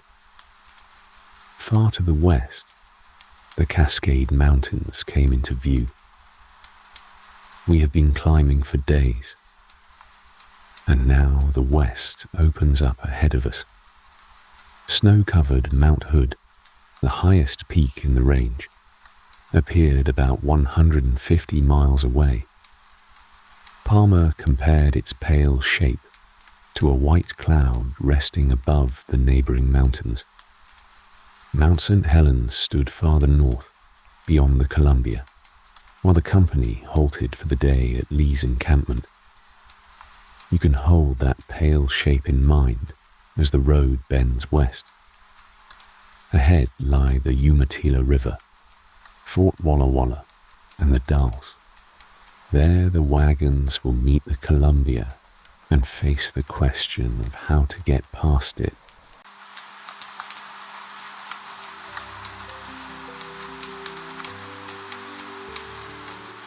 The company covered 16 miles from Lee's encampment toward the Umatilla River on September the 16th. We can count the first 12 of those miles through country thick with timber. 4 final miles crossed open prairie before the wagons reached the river community. The road stayed good the whole way. Cottonwood and balm of Gilead trees lined both sides of the stream. Chokecherry and other bushes also grew beside the water. Beyond those narrow riverbanks, the surrounding country looked dry. At Umatilla, a town stood beside the river near the cultivated fields. Many residents were away hunting in the mountains when the company arrived. Local leaders kept their homes there beside the stream. Several cultivated fields lay along the Umatilla, growing wheat, corn, potatoes, peas, and other vegetables. A brisk trade began as soon as the company reached camp. The emigrants wanted fresh vegetables, and local families wanted your clothing in exchange. The brisk exchange of clothing and produce continued until darkness came over the Umatilla camp. It followed a long search that began near Lee's encampment the previous morning. Palmer and 3 companions had stayed behind when 8 or 10 work cattle went missing. They searched several miles through the mountains before finding those cattle about 3 miles from camp. The 4 men followed the wagon road afterward and reached Lee's encampment just after dark. By the next morning, another ox, 1 mule, and a horse were missing too. 3 men searched for miles across the nearby prairies and thickets without success. They eventually stopped searching and followed the wagon road toward the others. The 3 reached the company's Umatilla camp later that night. At 8 on September 17th, the travelers sent toward Whitman Station rejoined the company. Dr. Whitman and his wife came with them in a wagon drawn by 2 horses. Their returning wagon carried a plentiful supply of flour, meal, and potatoes. After the company ate some of the provisions, the wagons resumed their journey beside the Umatilla. The visitors accompanied them another 4 miles downriver to the next camp. That stopping place offered only a small amount of grazing for the animals. The visitors departed after breakfast on the morning of September 18th. The company then followed the Umatilla Valley for roughly 12 miles through rolling country. During those miles beside the stream, the wagon road crossed the Umatilla twice. After the second crossing, the road climbed a bluff toward a high grassy plain. The company pitched camp upon the bluff, on the left side of the road. You would have carried water about 1.5 miles up from the land below. Fetching every supply of water meant another climb up from the base of the bluffs. Rolling prairie surrounded the high camp, covered largely with dry grass. From up there, you could see 2 snowy peaks and the broad valley of the Columbia. Their bluff camp sat within the greater Columbia Valley. Travelers called this particular stretch the Middle Region. Another 10 miles carried the company onward across the rolling country on September 19th. After the first 8 miles, the wagon road reached the river. 2 further miles followed its timbered banks before the company stopped for camp. Good grazing spread around this riverside camp, while a line of timber followed the stream. Beyond that narrow growth, Rolling prairie extended as far as you could see, north and south. The Blue Mountains bounded it eastward, while the Cascade Range stood to the west. 15 miles of road crossed two different kinds of ground on September 20th. During the first 8 miles, mixed sand and loam formed soil that was unusually rich. Good grass covered that soil, while familiar lines of trees continued beside the stream. Similar timber had lined many earlier streams along the road. The remaining 7 miles crossed deeper sand and made the wagons hard to pull. About 4 miles to their right, the Columbia came into view. For long stretches after that, you could see its broad course beside the road. Prickly pear grew abundantly across this long and sandy stretch of country. The company intended to reach the Columbia before making camp that evening. Difficult traveling stopped the wagons upon the open, sandy plain instead. That plain camp offered the company no water, wood, or grass. At daylight on September 21st, the wagons started toward the river again. A final 3½ miles brought them down to the Columbia. At this place, the river measured between 1/2 and 3/4 of a mile wide. Its clear water moved gently above a bed of small pebbles. A narrow strip of greener bottom followed the immediate riverbank. Beyond that bottom lay a barren belt of country about 12 miles wide. Scattered bunches of dry grass, prickly pear, and greasewood dotted its surface. Palmer found the wider scene deeply wild and solitary, though the river relieved its sterile look. Green grass covered the narrow bottom immediately beside the Columbia's water. Cocklebur, wild sunflower, pigweed, and several other kinds of plants flowered there.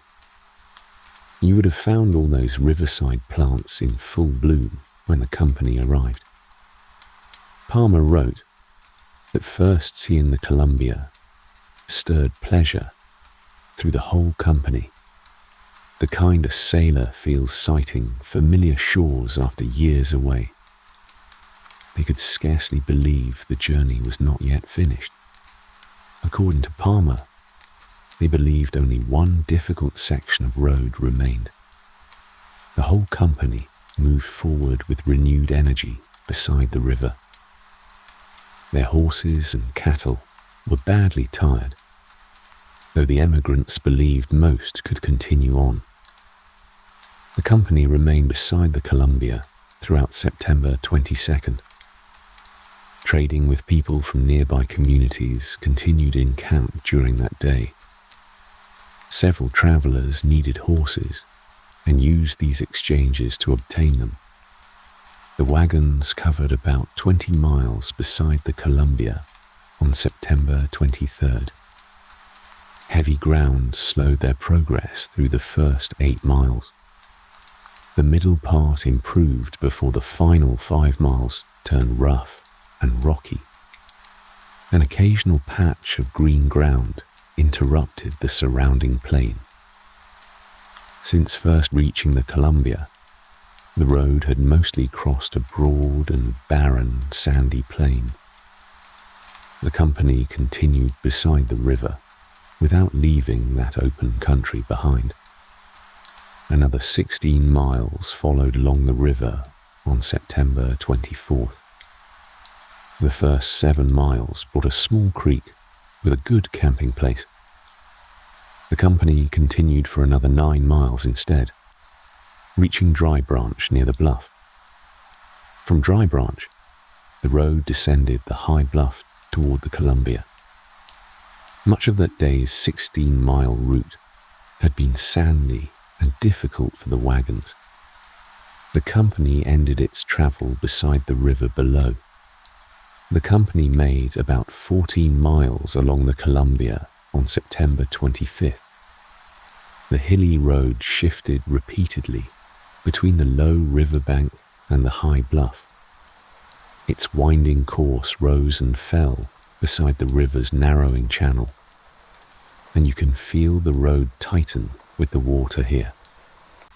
High bluffs confine the Columbia within a much narrower channel there. The surrounding country remained barren, and the bordering bluffs rose to great heights. The wagons kept close to this steep riverside ground throughout the day. The wagons covered only about 3 miles on September 26th.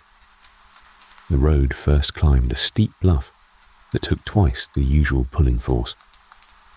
At the top, its winding course led through a field of rocks. The rocky road then reached the high bluff above John Day's River. Another sharply descending hill led the wagons down toward the water.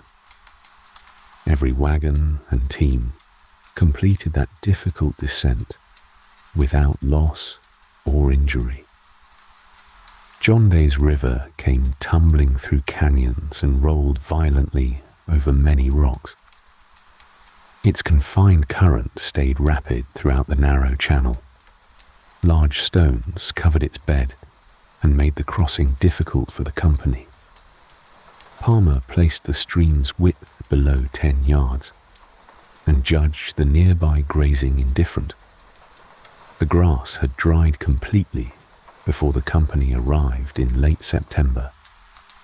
The next day's road climbed steadily uphill for its first 3 miles. It then crossed a broad, rolling and grassy plain for 15 or 16 miles. Afterward, the wagon route descended another high bluff toward the Columbia. The company followed the Columbia riverbank for another mile and made camp there. High and rocky bluffs continued to rise beside the water. That day's road across the plain had been very good. No regular source of fuel could be found along this stretch of the Columbia. The emigrants gathered a few dried driftwood sticks and weeds near their camp. That small supply let them cook only part of their food, and you can feel how far it had to stretch. The company traveled about 12 miles through the river country on September 28th.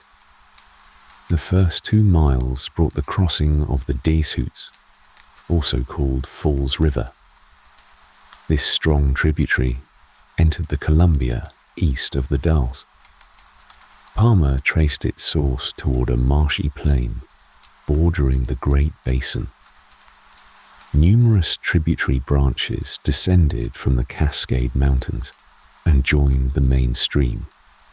The river then followed the range's long eastern base toward the Columbia.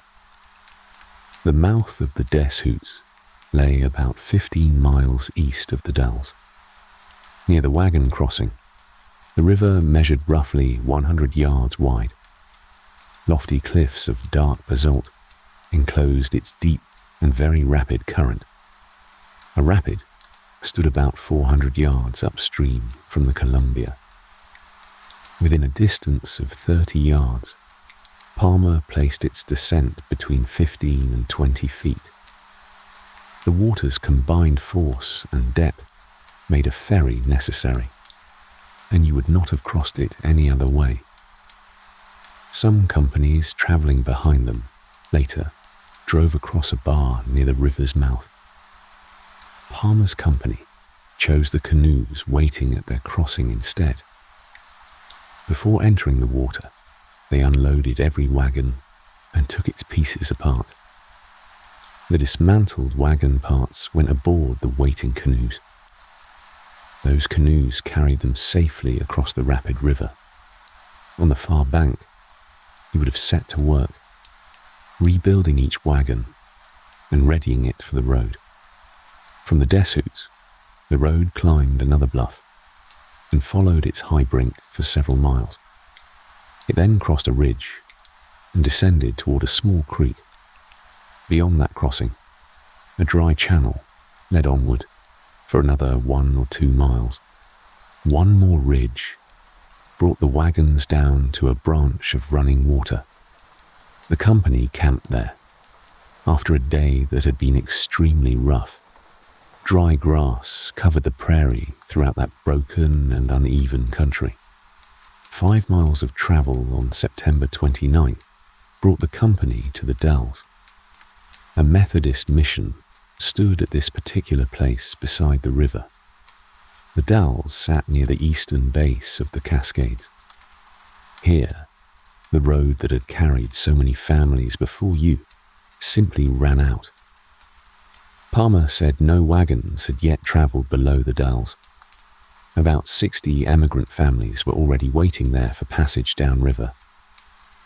Only 2 small boats carried waiting travellers toward the Cascade Falls. With so many families waiting, any quick passage downriver looked unlikely. The company planned to arrange its own river journey on September 30th. Inquiry showed that both small boats were already promised for at least 10 days. The charges for those boats also seemed extremely high to Palmer. He thought the fares would use up the company's remaining travel money before they ever reached Oregon City. The company therefore decided to attempt a passage across the mountains instead of the river. This is the choice that changes the rest of the road for us. People questioned near the Dalles could offer no definite information about any road. They said only that grass, timber, and water could be found there in plenty. Palmer then learned that Barlow and Knighton had explored the mountain country with the same purpose. Reports placed their advance between 20 and 25 miles into the interior. Knighton had returned to the Dells and called the attempted passage impracticable. Barlow remained somewhere in the mountains, still trying to force a passage onward. He and Knighton had left the Dalles 6 days earlier with 7 wagons. They intended to return and use the river if the mountain road proved impossible. 15 families first agreed to accompany Palmer's company on its proposed mountain journey. Preparations for that journey began immediately at the Dells. By the afternoon of October 1st, their wagons and supplies were ready. The company then left the Dells behind and started into the mountains ahead. More travellers had joined the group during those final preparations. Palmer wrote that meeting Barlow would bring their combined train to about 30 wagons. Ahead of us now lie those same mountains, with Barlow somewhere inside them, still trying to open a road through.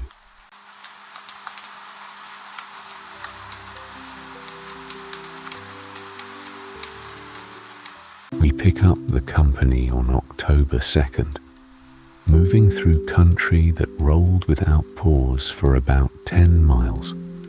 The wagons crossed several ravines that still held running water before camping beside a small branch coming down off the mountain. The following morning, Palmer rode ahead with one companion across rolling grassland, broken by several especially stony stretches. After 14 miles, the ground gave way to a long, steep descent toward a creek. They crossed 5 miles of level grassland, then 5 more brought them to Stony Branch and its scattered yellow pine. There, we find Barlow's company, 7 wagons strong. Barlow had entered the mountains with 3 companions 2 days before.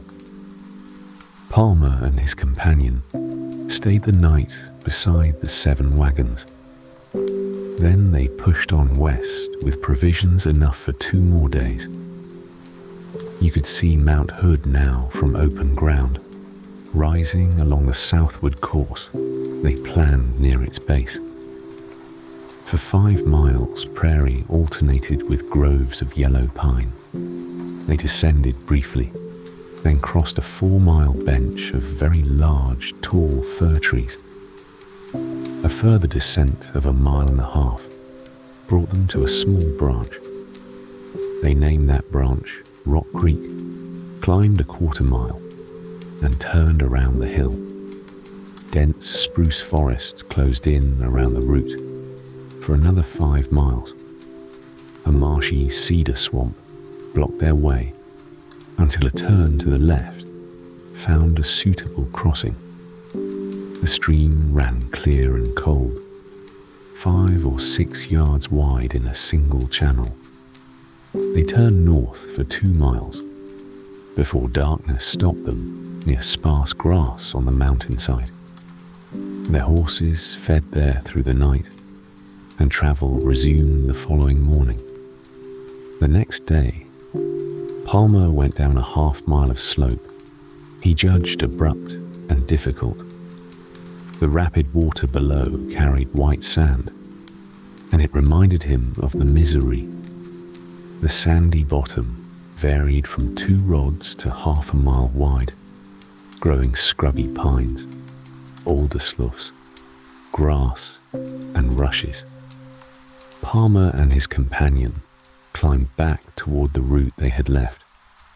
They found a gentler descent, one Palmer believed teams could manage, leading into a bottom that stretched toward Mount Hood. He believed the peak marked a dividing ridge with passage beyond it. The company stayed at Rock Creek another day, where poor woodland grazing made the loose cattle hard to manage. A separate party got ready to drive those animals toward the settlement. A northern trail was known to cross Mount Hood, and the cattle party planned to find it along a ridge. 2 families joined them, hoping for provisions and help. Barlow said his party had followed nearly the same route as Palmer, coming within 12 or 15 miles of Mount Hood. From there, they believed they had seen the Willamette Valley. They had followed the mountain trail onto a ridge above the Desuts branch, and that ridge led them back near the wagon camp. Both groups agreed on the next stage of road work. The cattle party set out early the next morning, while several men went looking for beef and wheat at the Dalles. Others stayed with the camp, carried provisions, or began opening the road. By the close of several more days, the work reached the mountain summit. We're at the top of the range with them now. Thick laurel covered the slope down toward the Desuts branch, and because the growth was dry, the workers burned a way through it.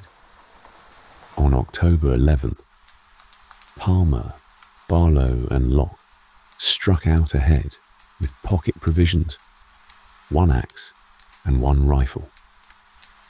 Their aim was finding passage across the main dividing ridge. The rest of the crew kept opening the creek bottom road, while the 3 explorers followed its branch for 15 miles. A creek entering from the left then changed their course. After reaching open ground, they followed the other fork 8 miles to a trail local travelers used. Ahead of them, a wide, sandy and stony plain opened toward Mount Hood. The mountain stood 7 or 8 miles off, in full view at last. Palmer called it the grandest sight he had yet seen.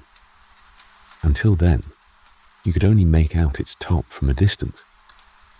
Palmer saw timber high on the slope, then broad grassland above it. Higher still, bare ground and snow rose beside a timbered range connecting straight to Mount Hood. The trail ran 5 or 6 more miles before climbing a grassy ridge. 1 more mile, brought a barren, sandy crest, and the route then crossed several separate strips of snow. After about 2 miles, a deep canyon cut straight across their path. A rocky cliff at its head blocked any way around the upper end. Palmer put the ravine's depth at about 3,000 feet.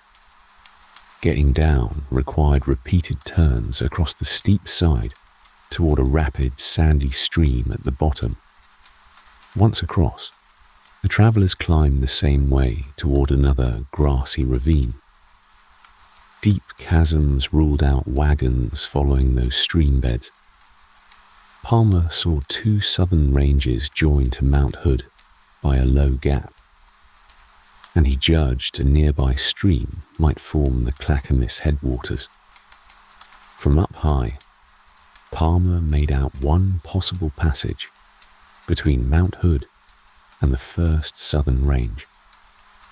Another seemed to run through a low gap between 2 ranges. Small prairies lay south of the creek, crossing they had made earlier. Palmer thought cattle could graze there, while more roadwork went on. Later, the 3 found a clear spring of water, ringed by stands of fine timber. Whortleberry bushes covered the ground nearby, many still heavy with fruit. You could pause there with them, eating the biscuits they carried and gathering berries, before moving on farther down the mountain. The stop fell along their way, back toward the small prairies they had seen earlier from higher ground. After 10 miles, they reached a wet, grassy prairie, its ground covered by red sediment nearly 2 inches deep. A clear stream crossed the prairie toward the southeast. They tried a gap leading back toward camp, but missed the right opening. The route entered the bottom 3 miles above their earlier trail. They followed it down and reached camp near 11 that night. They planned another search toward open country near the Clackamas.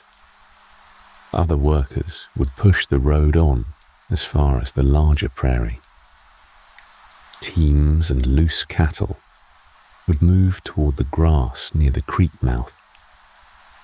They reached the wet prairie around noon.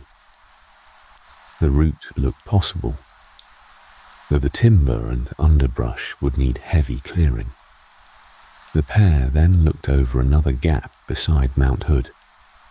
For 12 miles they crossed swamps, small prairies, brush, and heavy timber. The wagon work there would take too long before the rains came. After retracing several miles, they found an older trail. A few days on, they tested a large creek with rapid water and a stony bed. After 6 miles, Palmer rejected that bottom for wagons that season, and the 2 men turned back across the mountain toward camp. The next day, everyone returned with tools and provisions, and nearly all the cattle reached camp by evening. The company agreed to move toward the bottom near the small creek. The next morning brought signs of rain as Barlow and Rector left during camp preparations. Palmer joined a smaller group, traveling on toward the settlements. We stay with them through this stretch of rain, which began after 2 miles and continued lightly through the day and much of the night. They camped beside the small branch on the Deeshoots Fork. By now, rain had settled in, and the party followed the bottom toward the trail through heavy rain and fog over Mount Hood. They reached the deep ravine around 4 that afternoon. Another day brought rain and thick fog that hid the trail across rough, grassy ground. After losing it among the bushes, Palmer climbed back and found the right course again. A breeze cleared the fog enough for the group to move again. Soon they met men driving a large band of cattle uphill. Those travellers said a provision party had camped several miles below. The provision carriers had already started back, but a rider went after them and returned within minutes. The carriers then came back with their supplies. After breakfast the next morning, Palmer and Gilmore took loaded horses back toward the wagon camp. Heavy rain, thick fog, and slippery ground slowed the climb through the mountains. The travellers brought their horses down to a grassy ridge and stopped there for the night. We watched Gilmore carry a bag of flour half a mile to a running branch. Together, they mixed dough with water, baked bread on sticks, and warm tea in tin cups. After the rain ended, a clear morning came with their descent toward the gravelly bottom. Following the creek brought them to wagon camp by 3 that afternoon. Within a few days, all but 3 families had moved on. We're left with a smaller group now, 10 men remaining, while others went off looking for pack horses. They picked out a wagon yard and built a cabin to store belongings. People from the settlements gathered about 1,100 pounds of flour and over 100 pounds of sugar. Tea and hired horses completed the help. About 1,000 pounds of flour still remained when the supplies arrived. Palmer figured its delivered cost near $4 per hundredweight. Days later, Palmer's party met Barlow and Rector, who had gotten hold of several horses and expected more. The travellers camped where the bottom reached the mountain trail. Rain continued through the night before Palmer's group set out again at 8 the next morning. They followed the trail across the main mountain. The next day, 4 miles of fresh snow brought the turn toward the Sandy River. You can mark the season turning here too. 2 more miles reached the place where the sandy trail changed course. There they met 3 men leading 14 pack horses toward the camp called Fort Deposit. The 2 parties went their separate ways once the weather cleared. Below that meeting place, their path joined a trail north of Mount Hood and crossed the Sandy several times. Spruce and alder thickets crowded the river bottom. The forks lay about 15 miles from the base of Mount Hood, where moss covered much of the nearby gravel and stone. Some stretches of the bottom held no plant life at all. The trail wound around brush and fallen logs. Near camp, the horses grazed on a few patches of fern. The broad bottom held spruce, hemlock, alder, and smaller bushes, and the party started early the next day beside the Sandy. After several miles, a good grass patch gave the horses an hour's rest. They then crossed the cold, rapid river 3 times. Stones covered the stream bed beneath those crossings, and the travellers covered about 15 or 16 miles that day. They eventually came onto a recently opened wagon road. Taylor had reached the valley after leaving the company earlier that month. He gathered workers and sent them toward the Sandy crossing. That party began cutting a road back toward the settlements. Palmer judged the soil good beneath heavy pine and white cedar. We can stand next to those cedars for a moment. Some measured near 7 feet across and 150 feet tall. fallen trees reached about 180 feet in length. Small prairies and several streams opened up among the timber, and the ground sloped southward on the creek's northern side. Light rain began that evening. We leave Palmer there for the night, staying with the workers. After breakfast the next day, his party continued westward. A ridge carried them 7 or 8 miles through prairie and fern openings, where smaller timber grew among the clearings. Groves of tall, straight pine covered the ridge in numbers, and the reddish, mellow soil looked productive. At the ridge's end, they went down through timber that fire had burned before. Other similar ridges sloped gradually westward away from the mountains. Later that day, Palmer met men returning with pack horses, travelling toward the 3 families still at Fort Deposit. The party camped with those returning men once dark fell. Beyond the Sandy, their course crossed rolling prairie toward the southwest, with fern covering both prairie and timberland across the ridges. Rain continued into the next morning. 4 miles brought them to the broad Clackamas Valley, which Palmer placed at near 6 miles wide. Rolling ground continued beyond it, much like the day before. A house stood to the left of the trail at the foot of the hill. There, Palmer found friends who had left the mountain camp earlier. The claim belonged to a settler named McSwain. Palmer's party stayed there until the next day. They then followed the foot of the hill for 5 or 6 miles, prairie and timber alternating beside soil that was good but gravelly. Numerous streams came down off the rising ground around them.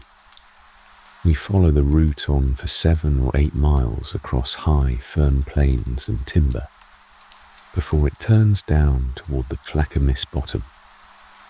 That bottom measured about 1 mile wide, and they followed it for 3 miles as darkness closed over the day. At Hatches, the company made camp. 1 month after entering the Cascade Mountains, they'd come through them. We end here quietly, the way the record itself does.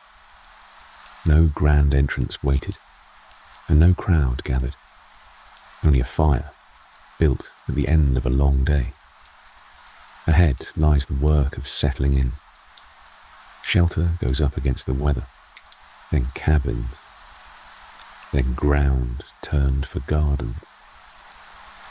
Wheat gets sown ahead of a Willamette Valley spring, with a winter still to come before any of it takes hold.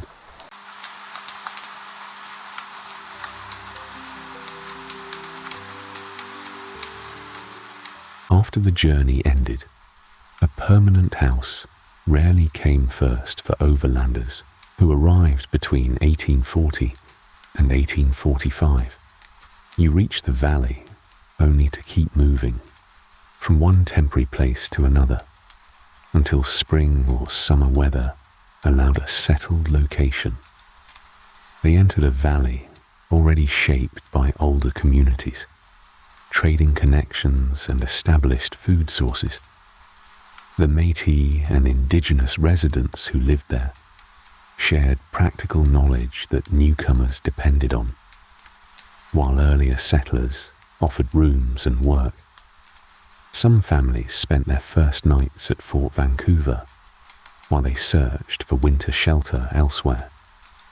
McLaughlin welcomed them almost like relatives, and Owens's father searched downriver by canoe. Burnett's family also passed its first nights at the fort. Beyond those first nights, lodging took many forms across the Willamette Valley. You might have found a bed with friends, acquaintances, or strangers willing to share limited household space. Others rented rooms when money or trade goods allowed payment. In those early years of heavier settlement, few newcomers already had relatives living nearby. Schools, churches, and meeting houses became temporary dwellings for newly arrived families. Without an open building, some camped again or raised lean-tos and temporary sheds against the winter rain. Language and familiar customs often shaped each newcomer's choice of host.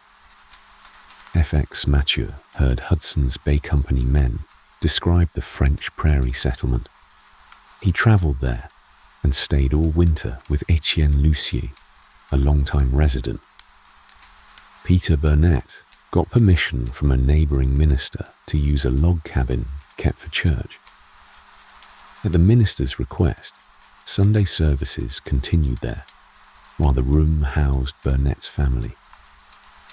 The three Applegate families used 3 abandoned cabins at the old Methodist mission. About 25 adults and children shared those small buildings through winter. Jessie Applegate's mother baked all that season upon a skillet lid found there. William Shaw's family rented the old Methodist mission farm for the summer after they arrived in 1844. They stayed there until they chose a permanent Marion County claim that autumn. Mrs. John Kirkwood first rented a room from a store owner named Foster. Her family later moved into Captain Thompson's rented house on the Tualatin Plains. Her brother Adam found nearby work cutting fence rails for Joe Meek. That family spent the winter spanning 1843 and 1844 beside the Tualatin River. The next summer, they paid $1,400 for David Leslie's farm across from Mission Bottom. Its good log house held doors and windows shipped around Cape Horn, beside a central chimney serving 2 fireplaces. Edward Evans Parish began with an offered basement room in December of 1844. He shared it with Mr. Mudgett and 2 other young men. The next day, Parish rented that same room for $4.50 a month. Parish moved again near the end of February, then travelled upriver by boat in March. They reached the Institute Farm on March 15th, staying in Judson's house until July 11. W. Walter recalled poor family shelter until late December of 1844. They then moved into a small cabin, only 14 feet square. Washington Gilliam's family wintered near present-day Cornelius, sharing their cabin with 2 single men. Betsy Bailey, her husband, and their 7 children stayed with Sidney Smith inside his log cabin. By 1845, arrivals could rent in town or 12 miles farther downriver. Early dwellings varied greatly, from modest log structures measuring 15 or 20 feet square. If you looked inside, you would find wooden benches, a rough bedstead, several pots, and little else. The farms varied just as widely, from about 30 cultivated acres to 100. Their buildings and furnishings reflected each household's property, skills, and available means. Farnham described a hewn log cabin about 20 feet square, with a mud chimney and sheet iron kettles. Outside lay fenced fields, a barn, and stored harvest. For newcomers, the first building was often a temporary cabin, its round logs meeting at notched corners. If you'd raised one, you would have set dirt or split log floors beneath a simple gable roof. Builders sometimes struggled, since many nearby trees were too large for cabin logs. Mud, straw, and other material filled the drafts between logs, which had few window openings. Sawmills later made board houses easier, though those stayed uncommon before 1845. John Arthur's cabins more often measured 12 by 14 feet.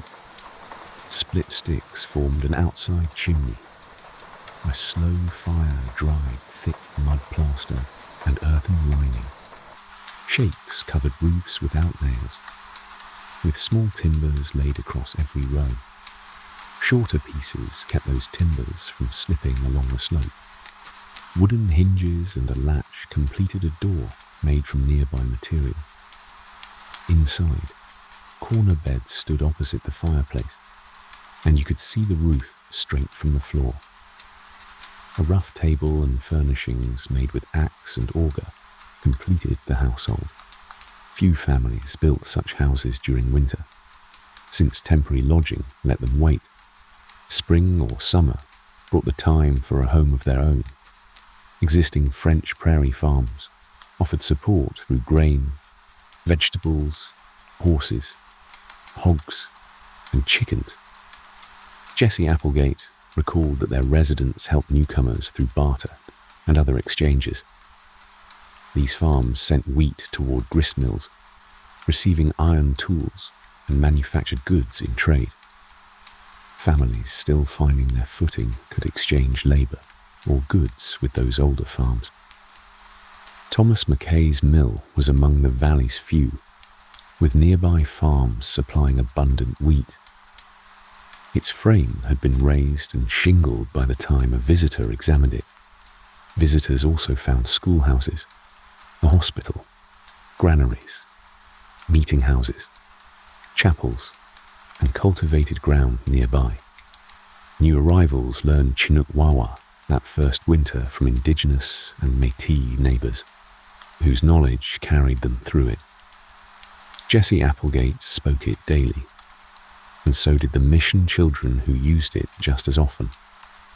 The Hudson's Bay Company supplied provisions, clothing, seed, and other necessities on credit. Burnett later said that help mattered greatly, since many arrivals had little usable money. Joseph Watt recalled that each person gave a name, household size, and immediate needs as their line nearly circled the room. Fort Vancouver filled written orders for provisions, and some later arrivals also received clothing. Their accounts went to Oregon City and could be settled with wheat after harvest. Store credit was not the only way to trade, since coin and useful paper notes were scarce. Barter and labour linked particular jobs directly to clothing, food, and tools. Thomas Ramsdell worked for enough cloth to make a shirt. Another job brought him buckskin for a shirt and trousers. 5 days of labour for Charlie Mackay brought leather shoes. Young Jimmy Ballou's first purchases were a shirt and boots from McLaughlin's Oregon City store. Both were men's sizes and far too large for him. George Abernethy's store issued a small local form of change. Paper labels marked values of 25 or 50 cents upon pieces of flint. Customers accepted those pieces inside Abernethy's store instead of ordinary money. Other stores issued their own orders, each carrying value within a particular trading circle. Vancouver, Couch, and Abernethy money were unequal, so traders named the kind during each exchange. Lovejoy preferred Vancouver money, since its stores usually carried goods and supplies. Wheat became a more common measure once farms produced enough for regular exchange. In 1843, the provisional government set wheat's legal value at $1 a bushel. Agreed amounts delivered after harvest could settle accounts at mills and stores. Company boats called at French prairie settlements to collect wheat. You could watch each load carried off to company grist mills, where the grain was ground. Jesse Applegate planted spring wheat and a small garden the year after he arrived. His family likely got its plough from a missionary or French-Canadian settler. Hudson's Bay Company farms and mills hired newcomers for both short tasks and longer arrangements. If you needed work, you could cut logs, make shingles, move timber, or labor on company farms. Paid work let newcomers buy food and goods while they gathered capital for future farms. That capital often took the form of wheat or furs. Unable to find work in town, carpenter Thomas Ramsdell travelled into French Prairie. Etienne Lucier hired him to build a barn after negotiations through Lucier's son-in-law. Ramsdell made a wooden square, borrowed tools, and finished the work within 3 months. Neighbours later inspected the finished structure and called it a Yankee barn. The following spring, Ramsdell found carpentry work with Methodist minister J.S. Griffin. Griffin's house used split lumber, since sawn boards were unavailable. Ramsdell shaped its window frames from seasoned oak rails. His $50 payment for later interior work came as a horse. W. Walter also made rails for a local employer. Walter received wheat, then carried it to Gales Creek for grinding. Temporary lodging left little farm work during winter, before livestock or harvest tasks began. You still had cooking, washing, mending, and children to care for, along with every other daily need.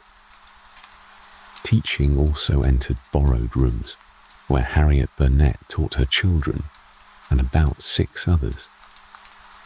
Melvina Hembry remembered using whatever books were available for reading, writing, and arithmetic. Because Burnett taught those basic lessons, matching additions were unnecessary. Jessie Applegate also worked the rented Mission Farms harvest, stacking cut sheaves into shocks. That crop's grain supplied families preparing to move toward their new settlement. He called the wheat a red-bearded variety. Another school in French Prairie gathered about 25 pupils. Andrew Smith taught there during the winter. Children reached it along a path through shrubbery, taller than their heads. Near the schoolhouse stood an old well and the Mission farm fence.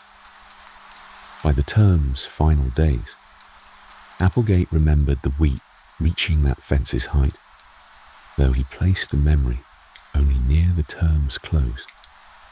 Rain soaked the bushes and often left the children wet on their walk. Edward Parish's children attended another small school through late February. That school stood near Newell's house on the Tualatin Plains. Food came through stores, farms, wages, and trade. Available staples included wheat, peas, pork, venison, beef, barley, and potatoes. Families chose among them by supply and price. Burnett priced pork at 10 cents a pound and flour at 4 cents a pound. One winter brought Lucy Diddy boiled wheat and boiled peas. Martha Morrison recalled coffee made from peas when the real thing was unavailable. Deddy dated that winter to 1846. Washington Gilliam remembered boiled wheat replacing bread, while milk, butter, and wild meat remained available. Even with these privations, the household still kept those other foods. Peter Burnett recalled many kinds of berries. His list included blackberries, raspberries, strawberries, blueberries, and cranberries. Hazelnuts appeared in smaller amounts. He found no wild grapes, plums, or honey. Clothing was its own practical problem. The region had no woolen mills or textile factories like those farther east. Fabric, leather, shoes, and stockings stayed hard to find. Burnett recalled that company shoes came from England when no local tannery was running. Burnett made shoes for himself, his eldest son, and a hired worker. Tanned deerskin supplied footwear for women and younger boys, though some pairs fitted poorly. He drew on rough sewing, learned from his father. and then shaped wooden lasts without help. Burnett soaked the shoes overnight, so they stayed soft enough for daytime wear. Martha Morrison remembered very little calico on hand when she arrived, priced at 50 cents a yard. The next summer, she and her sister gathered a barrel of cranberries. Trading them brought blue drilling that served as simple clothing. First, winters differed. You can hear that in Jesse Applegate's memory of 1843 as mild. One brief snowfall disappeared within a few hours. Without a team or wagon, Jesse gathered sticks and chips for fuel. Ice appeared on a few mornings but stayed thin. The autumn of 1844 brought different conditions along the river, and floodwater carried off some newly built structures in settlements you might have known. Burnett described winter rain as steady, rather than always heavy, with long stretches of no visible sun and a driving wind from the south. This was one settler's account, not the whole season. As the weather improved, we can watch families look more closely at land. Some, including Jesse Applegate, spent the winter scouting, while others kept their temporary lodging. Fencing, planting, and building followed once they chose a place. Washington Gilliam's father began searching in February. He came back with a good account of land south of the Rickreel. The family made ready to move once March travel improved. They arrived on a Sunday, the 16th of March. At their chosen place, work began with a log cabin until an equinoctial storm interrupted construction. A garden and spring wheat followed. Gilliam later said both field and garden did well that year. Parrish's family moved on to its own place in July. They camped there for 3 months while their house slowly took shape. By the 11th of October, they were living in the new house at Mount Pleasant Valley. Their walls were finished, but the work of a new life was not. The same road that brought them still carried others behind, and it would not treat every arrival the same way.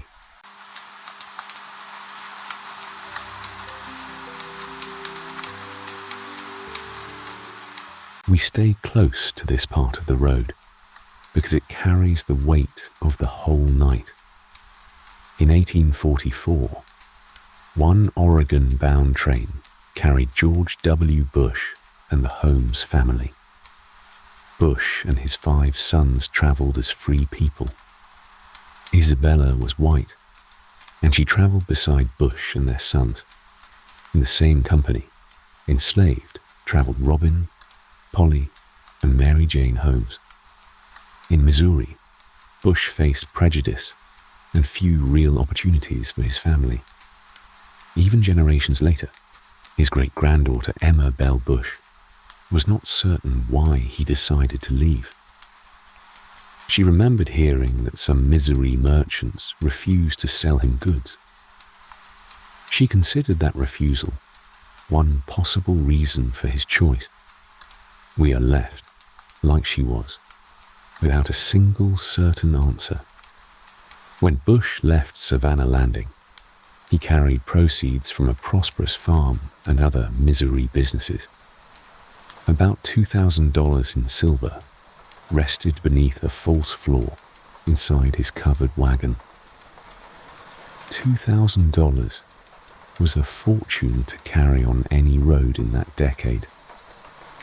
Those savings travelled with nearly all of the family's possessions. Among the 84 wagons in that train, the Bushes carried far greater resources than most families had. Bush purchased 6 wagons and spent about $1,000 outfitting them for the long journey.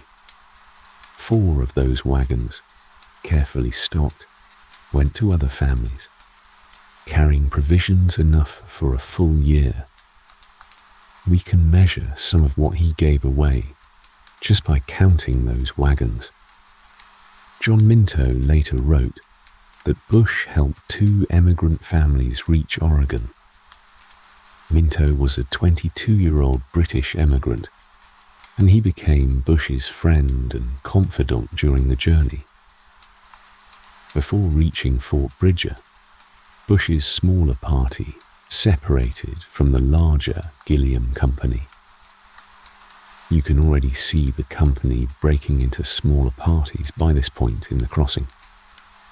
By then, many travelers in the group needed food, clothing, and other supplies.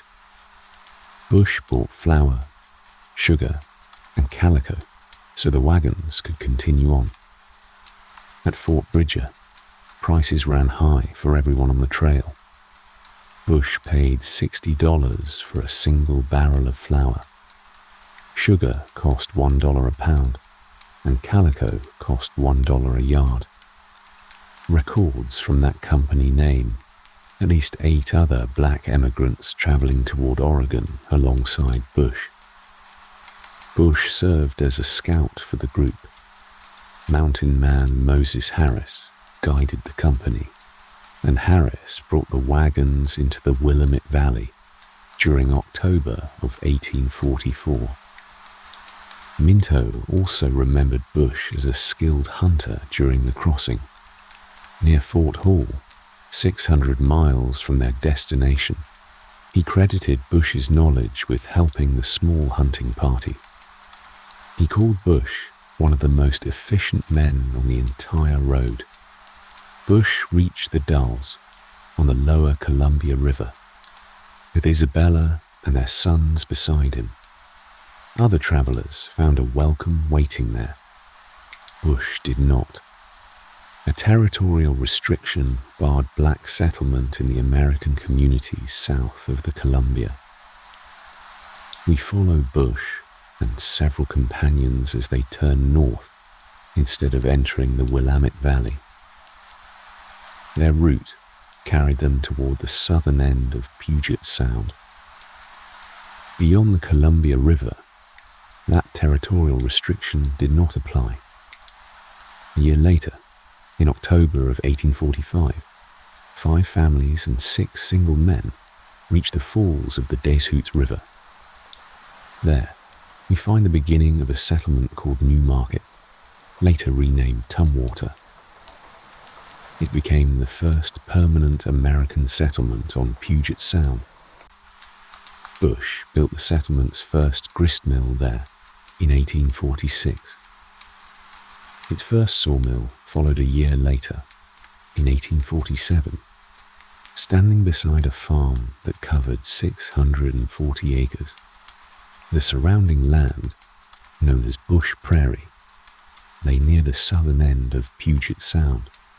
George and Isabella became known across that country for welcoming travelers, strangers, and neighbors who needed help. After one poor wheat harvest, a speculator offered George a high price for his entire crop. He turned it down, and he kept the grain available for food and for spring planting. Many of the families nearby had no money to match the speculator's higher price. Their homestead hosted dances, picnics, parties, and holiday gatherings through the years. All of it happened on the same ground, where George and Isabella kept up their working farm. We hear, in that, a household that never stopped opening its doors. We move now to a different road. Still misery, still the same years. 2 years after Bush's train reached Oregon, Nelson Ray gained his freedom there. Ray was a black emigrant from Lexington. A prominent white family had enslaved him in that town. His enslaver died in 1846, and Ray was manumitted soon after. His freedom did not reach the rest of his family. Ray's wife, Lucinda, and 3 of their children remained enslaved. George was 7, Nelson was 3, and Sarah was 2 months old when Ray began the work of freeing them. Another son, 5-year-old Francis Marion Ray, had already been sold and taken to Texas. That sale followed probate proceedings after Lucinda's enslaver died in debt. Ray worked in Missouri as both a miner and a stockman. Every dollar he earned moved him closer to buying freedom for Lucinda and the 3 children still with her. We can trace, dollar by dollar, how long that work took him. He stayed in Missouri until he set out for California in 1852. In 1852, Ray traveled overland toward the California goldfields. He went there seeking faster earnings, enough to cover his family's full purchase price. Within a year, he returned east again, back to Lexington. By the time he came home, Ray's California earnings reached $3,700. He had gathered that sum through mining and other work before returning to Missouri. Ray then went to work for a prominent Lexington businessman named W.B. Waddell, serving as a drover, a teamster, and a freight handler. Waddell's company carried goods toward Fort Bridger, Fort Kearny, and the Santa Fe Trail. Ray was 37 years old when he took on that freight work in Lexington. Other outfits hired him as a drover on several more journeys to California. He made those repeated overland trips after returning to Lexington in 1853. We watched the sum grow year by year, and by 1854, his earnings covered freedom for his immediate family. Ray asked an attorney named Jonathan Bowman to file an emancipation writ in Missouri court. Years of mining, freight work, and driving cattle across 2 territories had led to that single piece of paper. It was filed on June 9th, 1854. From that day forward, the document permanently guaranteed freedom for Lucinda and the 3 children. With their freedom finally documented, the family prepared to leave Missouri together. A descendant, George Jenkins, said that Waddell provided Ray's route back towards California. Jenkins called Waddell Ray's ticket back to the Golden State. He also recalled Nelson driving 600 cattle within a small freight train. The Rays traveled together with that herd all the way across the Overland Road. After stopping for a time in Sacramento, they continued on into the California foothills. In 1855, the family bought property of their own in Placerville. Once settled in Placerville, Nelson and Lucinda married under the law, as free people at last. In 1877, a chance meeting brought them into contact with Francis Marion again. That meeting came more than 30 years after Francis had first been taken away. We leave them there, reunited after so long apart. We return now to that same year, 1844, and to the family that crossed beside Bush from the very beginning. Robin and Polly Holmes travelled with their daughter, Mary Jane. Nathaniel Ford took all 3 of them from Missouri while they were enslaved. Mary Jane had been born in 1841.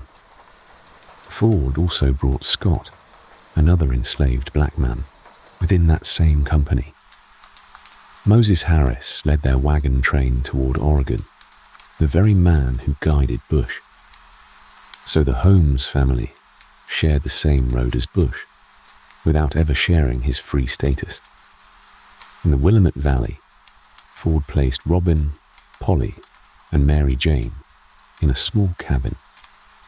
He allowed the family, along with Scott, to carry their produce toward a local market. Ford had promised freedom once they arrived. he withheld it anyway. During their years in Oregon, Robin and Polly's family grew by 4 more children. In 1849, Robin asked Ford directly for their freedom. Ford refused, and instead required him to travel to California with Mark Ford and Scott.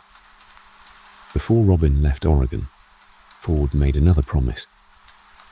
He said the family would be freed once Robin returned with gold. He also promised Robin a share of whatever the journey earned.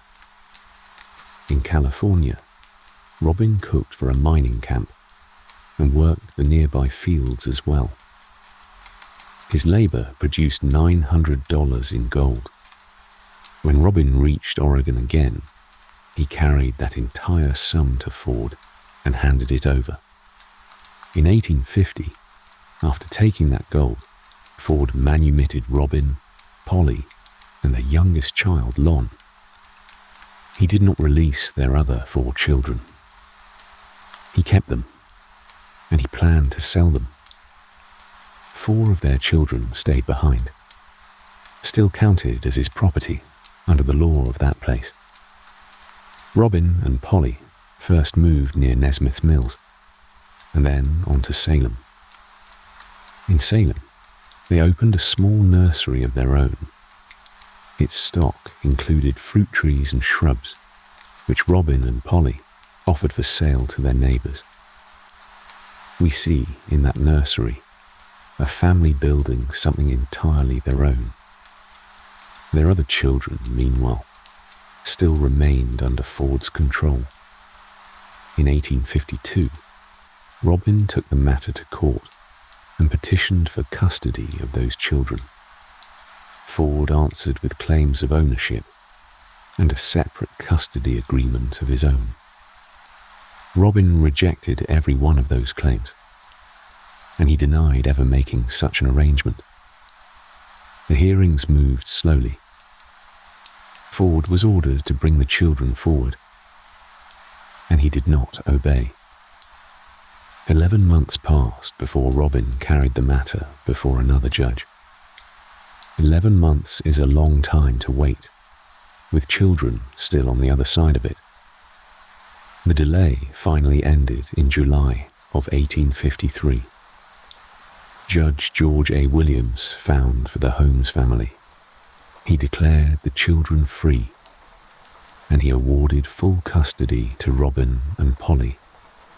We reach, here, the end of 11 long months of waiting. That ruling resolved the custody petition Robin had filed the year before. An 1854 Polk County tax roll valued Robin's personal property at $655. Mary Jane was also free after that ruling. Even so, she chose to remain with Ford for a time, working as a wage worker and a servant. Her earnings helped support Robin and Polly during the years after their nursery opened. At 16, Mary Jane later planned to marry a man named Reuben Shipley. Reuben had been born in Kentucky before an enslaver brought him west. That enslaver had promised him freedom in return. By the middle of the 1850s, Reuben had gained that freedom in Oregon. Once free, Reuben worked as a farm employee and saved $1,500 of his own. He used some of those earnings to purchase 80 acres of farmland. We watched that freedom become, in time, land of his own. The property lay between Corvallis and Philomath. Before Reuben could marry Mary Jane, Ford demanded another payment. Mary Jane had already been free for 4 years by then. 4 years of freedom, and Ford still found one more price to name. Still, Reuben paid $750, and the couple married. Mary Jane and Reuben settled on that farm after their marriage. There, on ground that was finally their own, they raised 3 daughters and 3 sons. Years later, The Shipleys deeded 2 acres of their own property to the county. We can sit with what they asked for in return.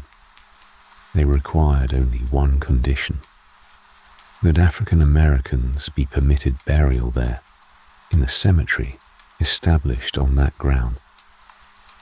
In 1861, those 2 acres became Mount Union Cemetery in Benton County. It stood on part of the same farmland where Mary Jane and Reuben Shipley had settled. 2 acres, deeded so that African Americans would have somewhere to be buried. That is where this part of the road ends. We leave that ground now, and we turn back to the road itself. Ahead lies a different kind of knowledge, gathered later, in a handbook meant for travellers still to come. How to organise a company, how to pack a wagon, how to repair what breaks along the way, how to find shelter, and how to keep a fire alive through a cold night. That is where we go next.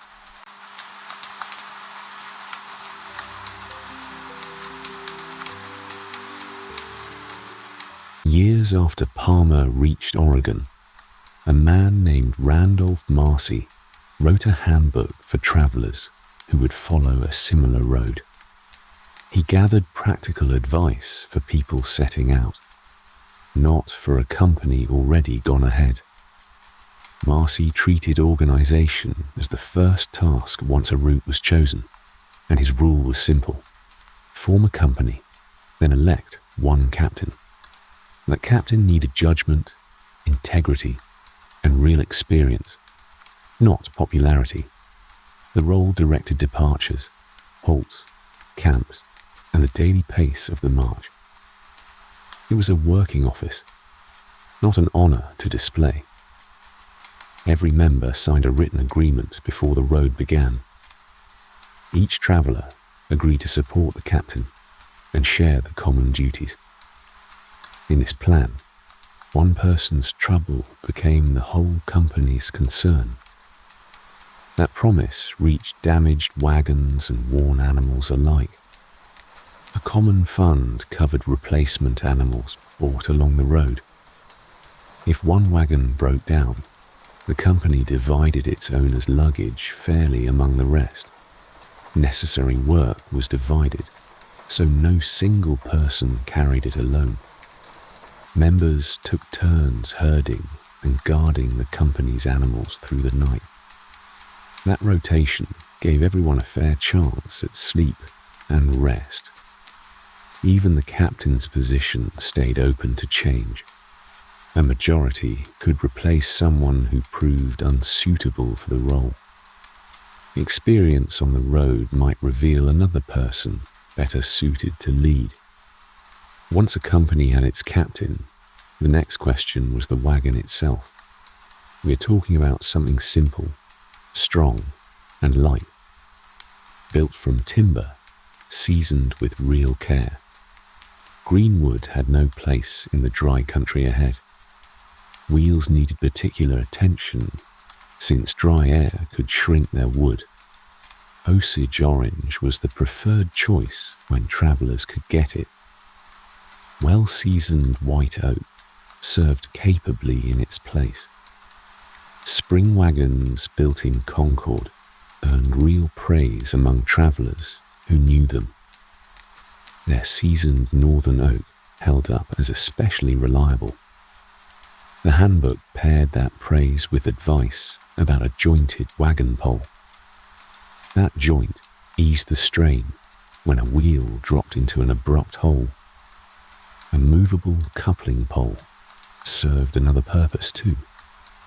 Parts from a damaged wagon could then become a temporary cart.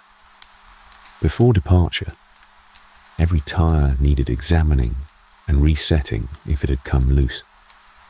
Unsecured nuts were a frequent cause of carriage trouble. Riveting the bolt ends could prevent needless failures later on the road. For a wagon pulled by 6 mules, £2,000 was a sufficient burden on grass alone. Extra grain could raise that load, since the team simply ate its own supply as it travelled. Government wagons, in this view, ran heavier than their ordinary loads required. Whatever the wagon, substantial boughs and double cloth covers were worth the weight. Those covers kept provisions and possessions safe from sun and weather. No single team suited every road. On firm routes with grain available, mules were the better choice, faster and more enduring through summer heat. For longer journeys across rough, sandy or muddy ground, young oxen were the better animal. With proper management, they held their condition and finished the journey at a steady pace. The right choice always depended on distance, surface, forage, and cost. Cost mattered in that comparison too. 6 mules ran roughly 3 times the frontier price of an 8-ox team. Those numbers backed a broader rule about matching transport to the actual circumstances of the road. For slower journeys, Marcy's advice was to keep cows along, since they supplied milk and could sometimes work beside oxen.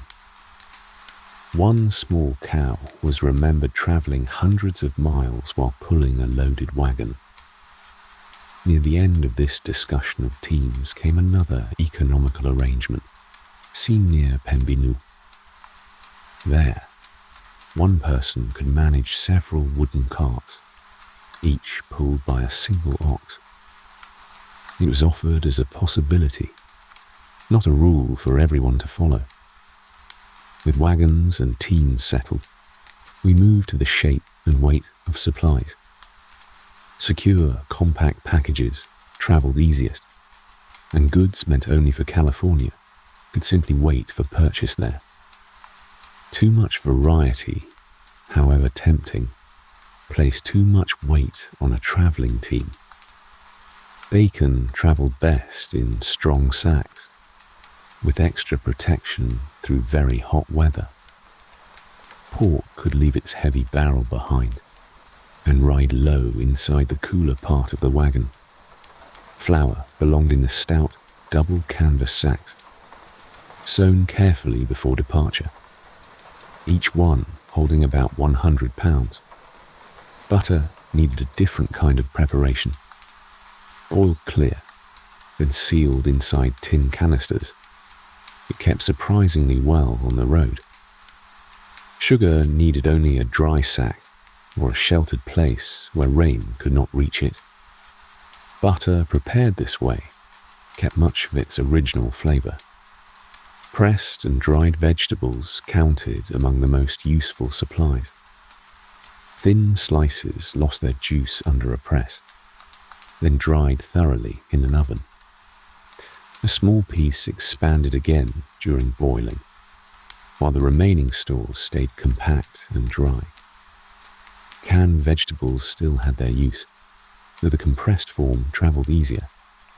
For the longer journey west, provisions needed to last 110 days. The list included flour, bacon, coffee, sugar, seasonings, and the makings for bread. Careful use mattered, with a good portion held back for the western miles. The flour allowance alone reached £150 for each grown traveller. Clothing got the same practical attention. For the plains, wool was the fabric you would want most. A short coat and a flannel shirt came first, with thick woolen trousers reinforced by soft buckskin where they rubbed against a saddle. In warm weather, that same flannel shirt could serve as the outer garment.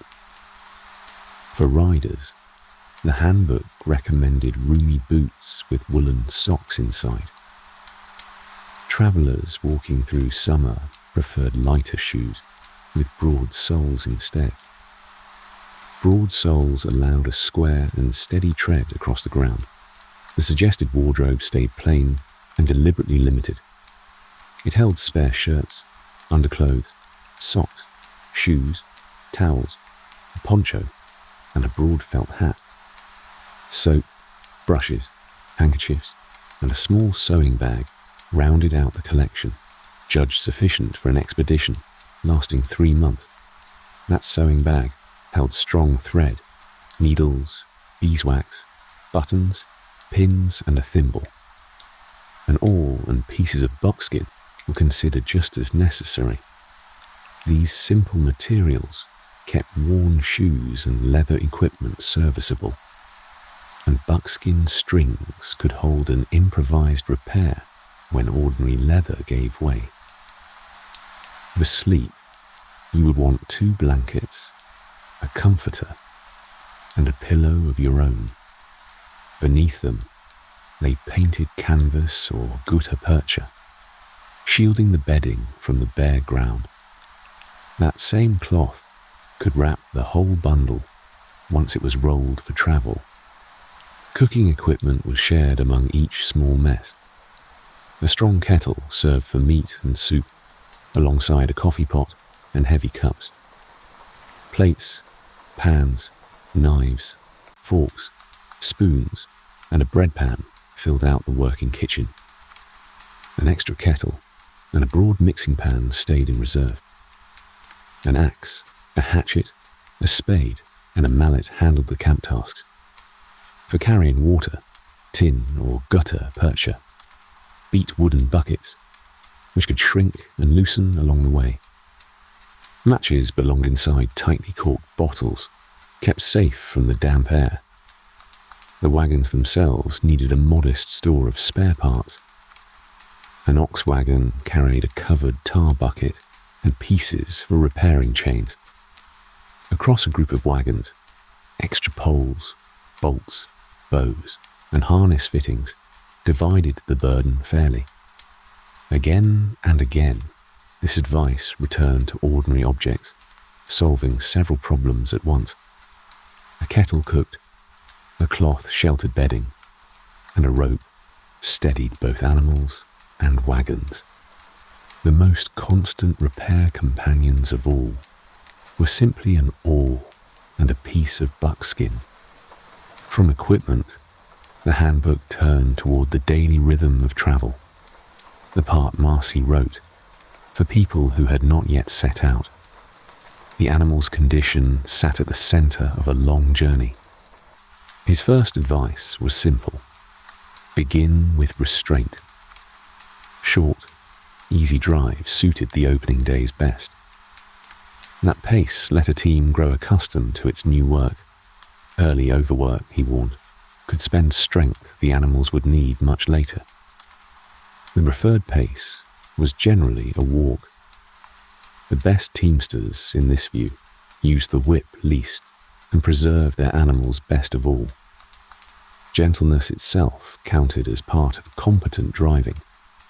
For summer travel with oxen, an early start near dawn worked best. A long noon halt covered the warmer hours, and travel resumed once the afternoon cooled again. With that schedule, 16 to 18 miles was a reasonable day's distance. Longer drives were discouraged under ordinary conditions, though a company reaching for grass or water earned an exception. Whenever possible, the noon stop sat near both necessities at once. The animals could graze and drink while the wagons stood still, since rest and feeding were built into the marching plan itself. A separate section of the handbook took up the search for water. In mountainous country, springs, dry stream beds, and sheltered hollows among rocks were the places worth checking. The logic behind it was simple. Shade, drainage, and slower evaporation held water where the ground protected it. One mountain reservoir, fed by runoff from the slopes around it, showed you exactly how that gathering worked. After seasonal showers, the lowest places above a layer of clay were worth searching first. Green grass and moist surface earth could guide that choice. In drier periods, digging at those same low spots was the next step. Along sandy streambeds, testing the ground with a stick came before any digging began. The broader advice was simple. Search farther upstream, closer to the source. These natural signs were never completely reliable, and the handbook admitted as much. Still, deep green cottonwoods and willows in low ground carried real value. Rushes and unusually tall green grass offered similar clues. Tracks added another piece of evidence, especially where animal trails converged on one point. The evening movement of birds was read the same way, as a sign of water somewhere close. Rain itself could replenish a traveller's supply. Drips from a tent, gathered into a waiting vessel, added up faster than you might expect. A suspended cloth could direct falling water toward its own weighted centre. Painted or treated cloth needed washing first, before any collection began. That step produced an unpleasant taste, and the method turned an ordinary covering into a broad rain catcher. Heavy dew offered another small source of water. A clean blanket, dragged across wet grass, gathered moisture that could then be wrung into a container. For doubtful standing water, several period treatment methods appear in the handbook. Thorough boiling came first, along with skimming off any material gathered on the surface. Charcoal and portable charcoal filters offered another option. These were period methods, worth understanding as history rather than modern testing standards. A perforated barrel packed with grass or moss offered another approach. Water entered through that material and collected inside the barrel. For a simpler strain, covering a cup with cloth was often enough. It caught the larger particles while keeping straining separate from boiling. Evaporation itself could cool stored water. A damp cloth wrapped around a vessel helped as air moved past it. A porous leather container worked through that same principle. Companies were urged to carry water containers into uncertain country. Wooden kegs required regular attention, and soaking them helped limit the shrinkage that dry air could cause. Back on the road, repair planning shaped the order of movement. If your wagon stopped, it moved aside so the others could keep going. Tools and materials needed a place within the train that anyone could reach quickly. If a repair took real time, much of the load could transfer to another wagon. A lighter team then rejoined the company more readily once the work was done. Useful parts could also be saved from a wagon judged beyond repair. When a tire began loosening, Marcy's advice was paired wedges on opposite sides, wooden or made from hoop iron. Tightening both sides together kept the pressure balanced. Soaking a removed wheel overnight was another temporary measure. Water swelled the wood and tightened the fit for a while. Even so, a poorly seasoned wheel would still need its tire reset eventually. Near a shop or camp, a temporary fastening served well enough. Rawhide or rope could hold a loose tire through that short stretch of movement, just long enough to reach a proper repair. For a damaged rear wheel, a stout pole could support the axle in its place. The pole extended forward and was secured near the sound front wheel. while its trailing end rested against the ground. As much cargo as practical came off before using this support.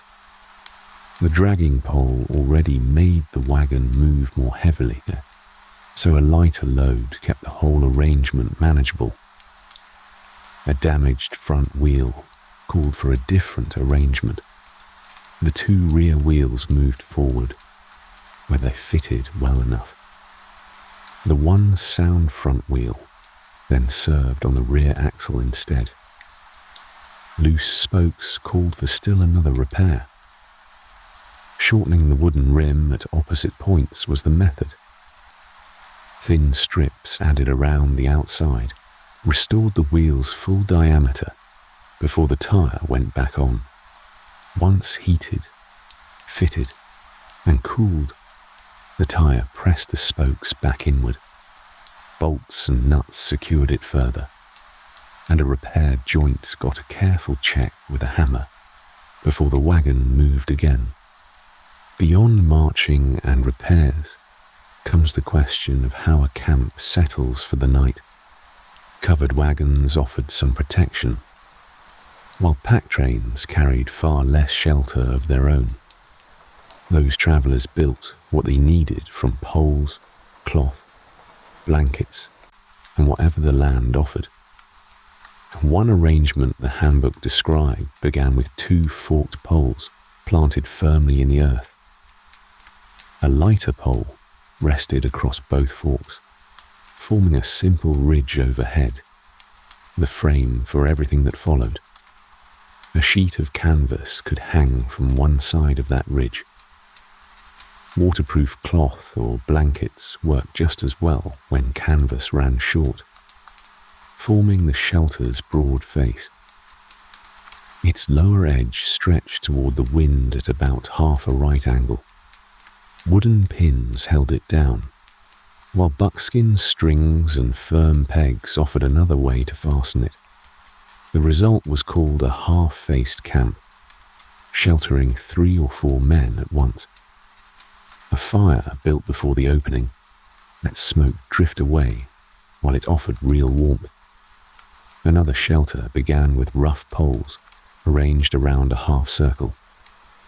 Their narrow ends met overhead, where a thong bound them together into a conical frame. Cloth stretched around that frame made a fuller shelter than the half-face camp offered. Covered sides were preferred, though the bare frame still had its use without any cloth at all. Green boughs could be laid closely over the bare poles instead. Their compact overlap shed much of the rain and checked a cold wind without any specially made equipment. Such lodges were remembered from a winter crossing of the Rocky Mountains. The party chose dense thickets, then wove heavy pine coverings closely around each frame. Snow piled outside those boughs blocked even more of the wind, while fires warmed the lodge mouths. Covered frames protected the sleepers' heads and bodies as the flames warmed their feet. Camp furnishings followed the same demand Marcy placed on compact usefulness. Objects that folded tightly or used whatever lay nearby were favoured, since every piece still had to travel. One folding chair used oak or another hard wood for its frame. Stout canvas formed the back and seat, while hinges and leather straps completed the piece. A second chair used sticks tied together with rawhide or buckskin thongs. Another comfortable seat came from part of a barrel, simply packed with grass. The camp table folded for transportation and opened again when needed. Sideboards and endboards turned on hinges, letting it travel flat and stand ready at camp. 2 field cots followed that same practical idea, with legs folding inward against the canvas. One design rolled around its own side pieces once iron bolts turned the legs. The other cot used hinged ends, crossbars, leather straps, and buckles. These fittings held its legs firmly, producing a strong, light, and genuinely portable cot. The camp bureau began as 2 separate chests, each with its own carrying handles. At camp, the covers came off, before clamps secured one chest above the other. Before travel, the drawer knobs and looking glass came away again. Clothing filled the drawers, and lids enclosed the same boxes that had just served as furniture. A mess chest also opened into a small working table of its own. Tin and wooden trays divided its contents, while hinged lids and a folding leg completed the arrangement. Along long stretches of some California routes, the handbook noted that dried buffalo dung was the only fuel there was. Mountaineers called the dry pieces chips, and you could light them easily enough once they were perfectly dry. Perfectly dry chips burned well enough for cooking, though wet pieces failed outright. Some men actually preferred them to wood. When rain threatened, the wise move was collecting a supply before the first drops came. Dry chips could ride inside the wagons until the next camp arrived. Keeping them away from rain preserved a useful cooking fuel in country where wood simply was not there. A narrow trench could save that fuel further, measuring about 2 feet long and 8 inches across, and deep. The fire burned below, while cooking vessels rested over the opening. This arrangement stayed convenient in any weather. The trench directed heat toward those vessels, instead of losing it to the wind. It worked especially well during windy weather, and short wood, split into small pieces, suited it best. Starting the fire required its own small preparations. Matches were the quickest and simplest method, yet ordinary matches absorbed dampness easily, and often failed on the open prairies. Well-corked bottles offered protection against that moisture. Wax matches proved more dependable than wooden ones, since water affected them less. A dry container mattered almost as much as the match itself, and one boxed variety was seen resisting even the humid climate of Mexico. Even after rain, dry fuel might remain beneath logs, rocks, or leaning trees. The inner bark of dry cedar also made good tinder. Rubbing that bark loosened its fibers until they caught a spark readily. In heavy rain, flint and steel were seen succeeding after matches had already failed. Dry grass and leaves could serve that same purpose. Small kindling had to be gathered first, before any larger piece could burn. The first flame belonged inside a loose nest of fine material. During rain, Marcy's advice was to hold a blanket above the new flame to keep it alive a little longer. Very small, dry pieces and shavings fed it first. Larger, damper wood followed only after the fire had gained real strength. If every patch of ground was wet, a kettle or frying pan offered a dry beginning instead. The fire could start inside that vessel, then transfer carefully to the ground once the flame had strengthened. There was also the oldest method of all, rubbing 2 dry wooden pieces together until they caught. One piece lay flat, with a shallow hollow near its edge, and a narrow groove ran from that hollow down the side. The second stick stood upright, with its rounded end inside that hollow. Turning it rapidly, while pressing downward, wore fine wood dust from the base. Continued movement made that dust smoke. And finally, it caught. A cord wrapped around the upright stick could turn it faster than bare hands alone. The upright piece could be any hard, dry wood, while the lower piece needed something softer that caught fire easily. A second person could steady the lower piece, while another worked the cord. Pine, cottonwood, and black walnut were named for that lower piece. Whatever the method, every part needed to be perfectly dry. Shelter, furniture, fuel, and flame, all of it rested on choices this modest, made carefully by hand. Once the smallest pieces burned steadily, larger wood could follow at last.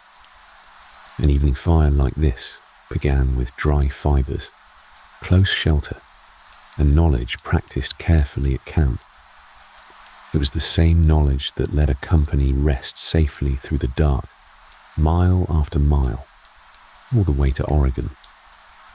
That is where this whole account began. A man named Joel Palmer left Indiana with a truly melancholy heart, unsure whether the venture ahead was worth its cost. You have walked beside him since, through a company that learned to elect its captain and share its work.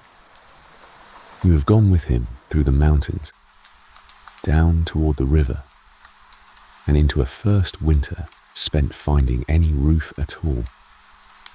You also met the families who walked that same road toward a freedom promised to them and then withheld.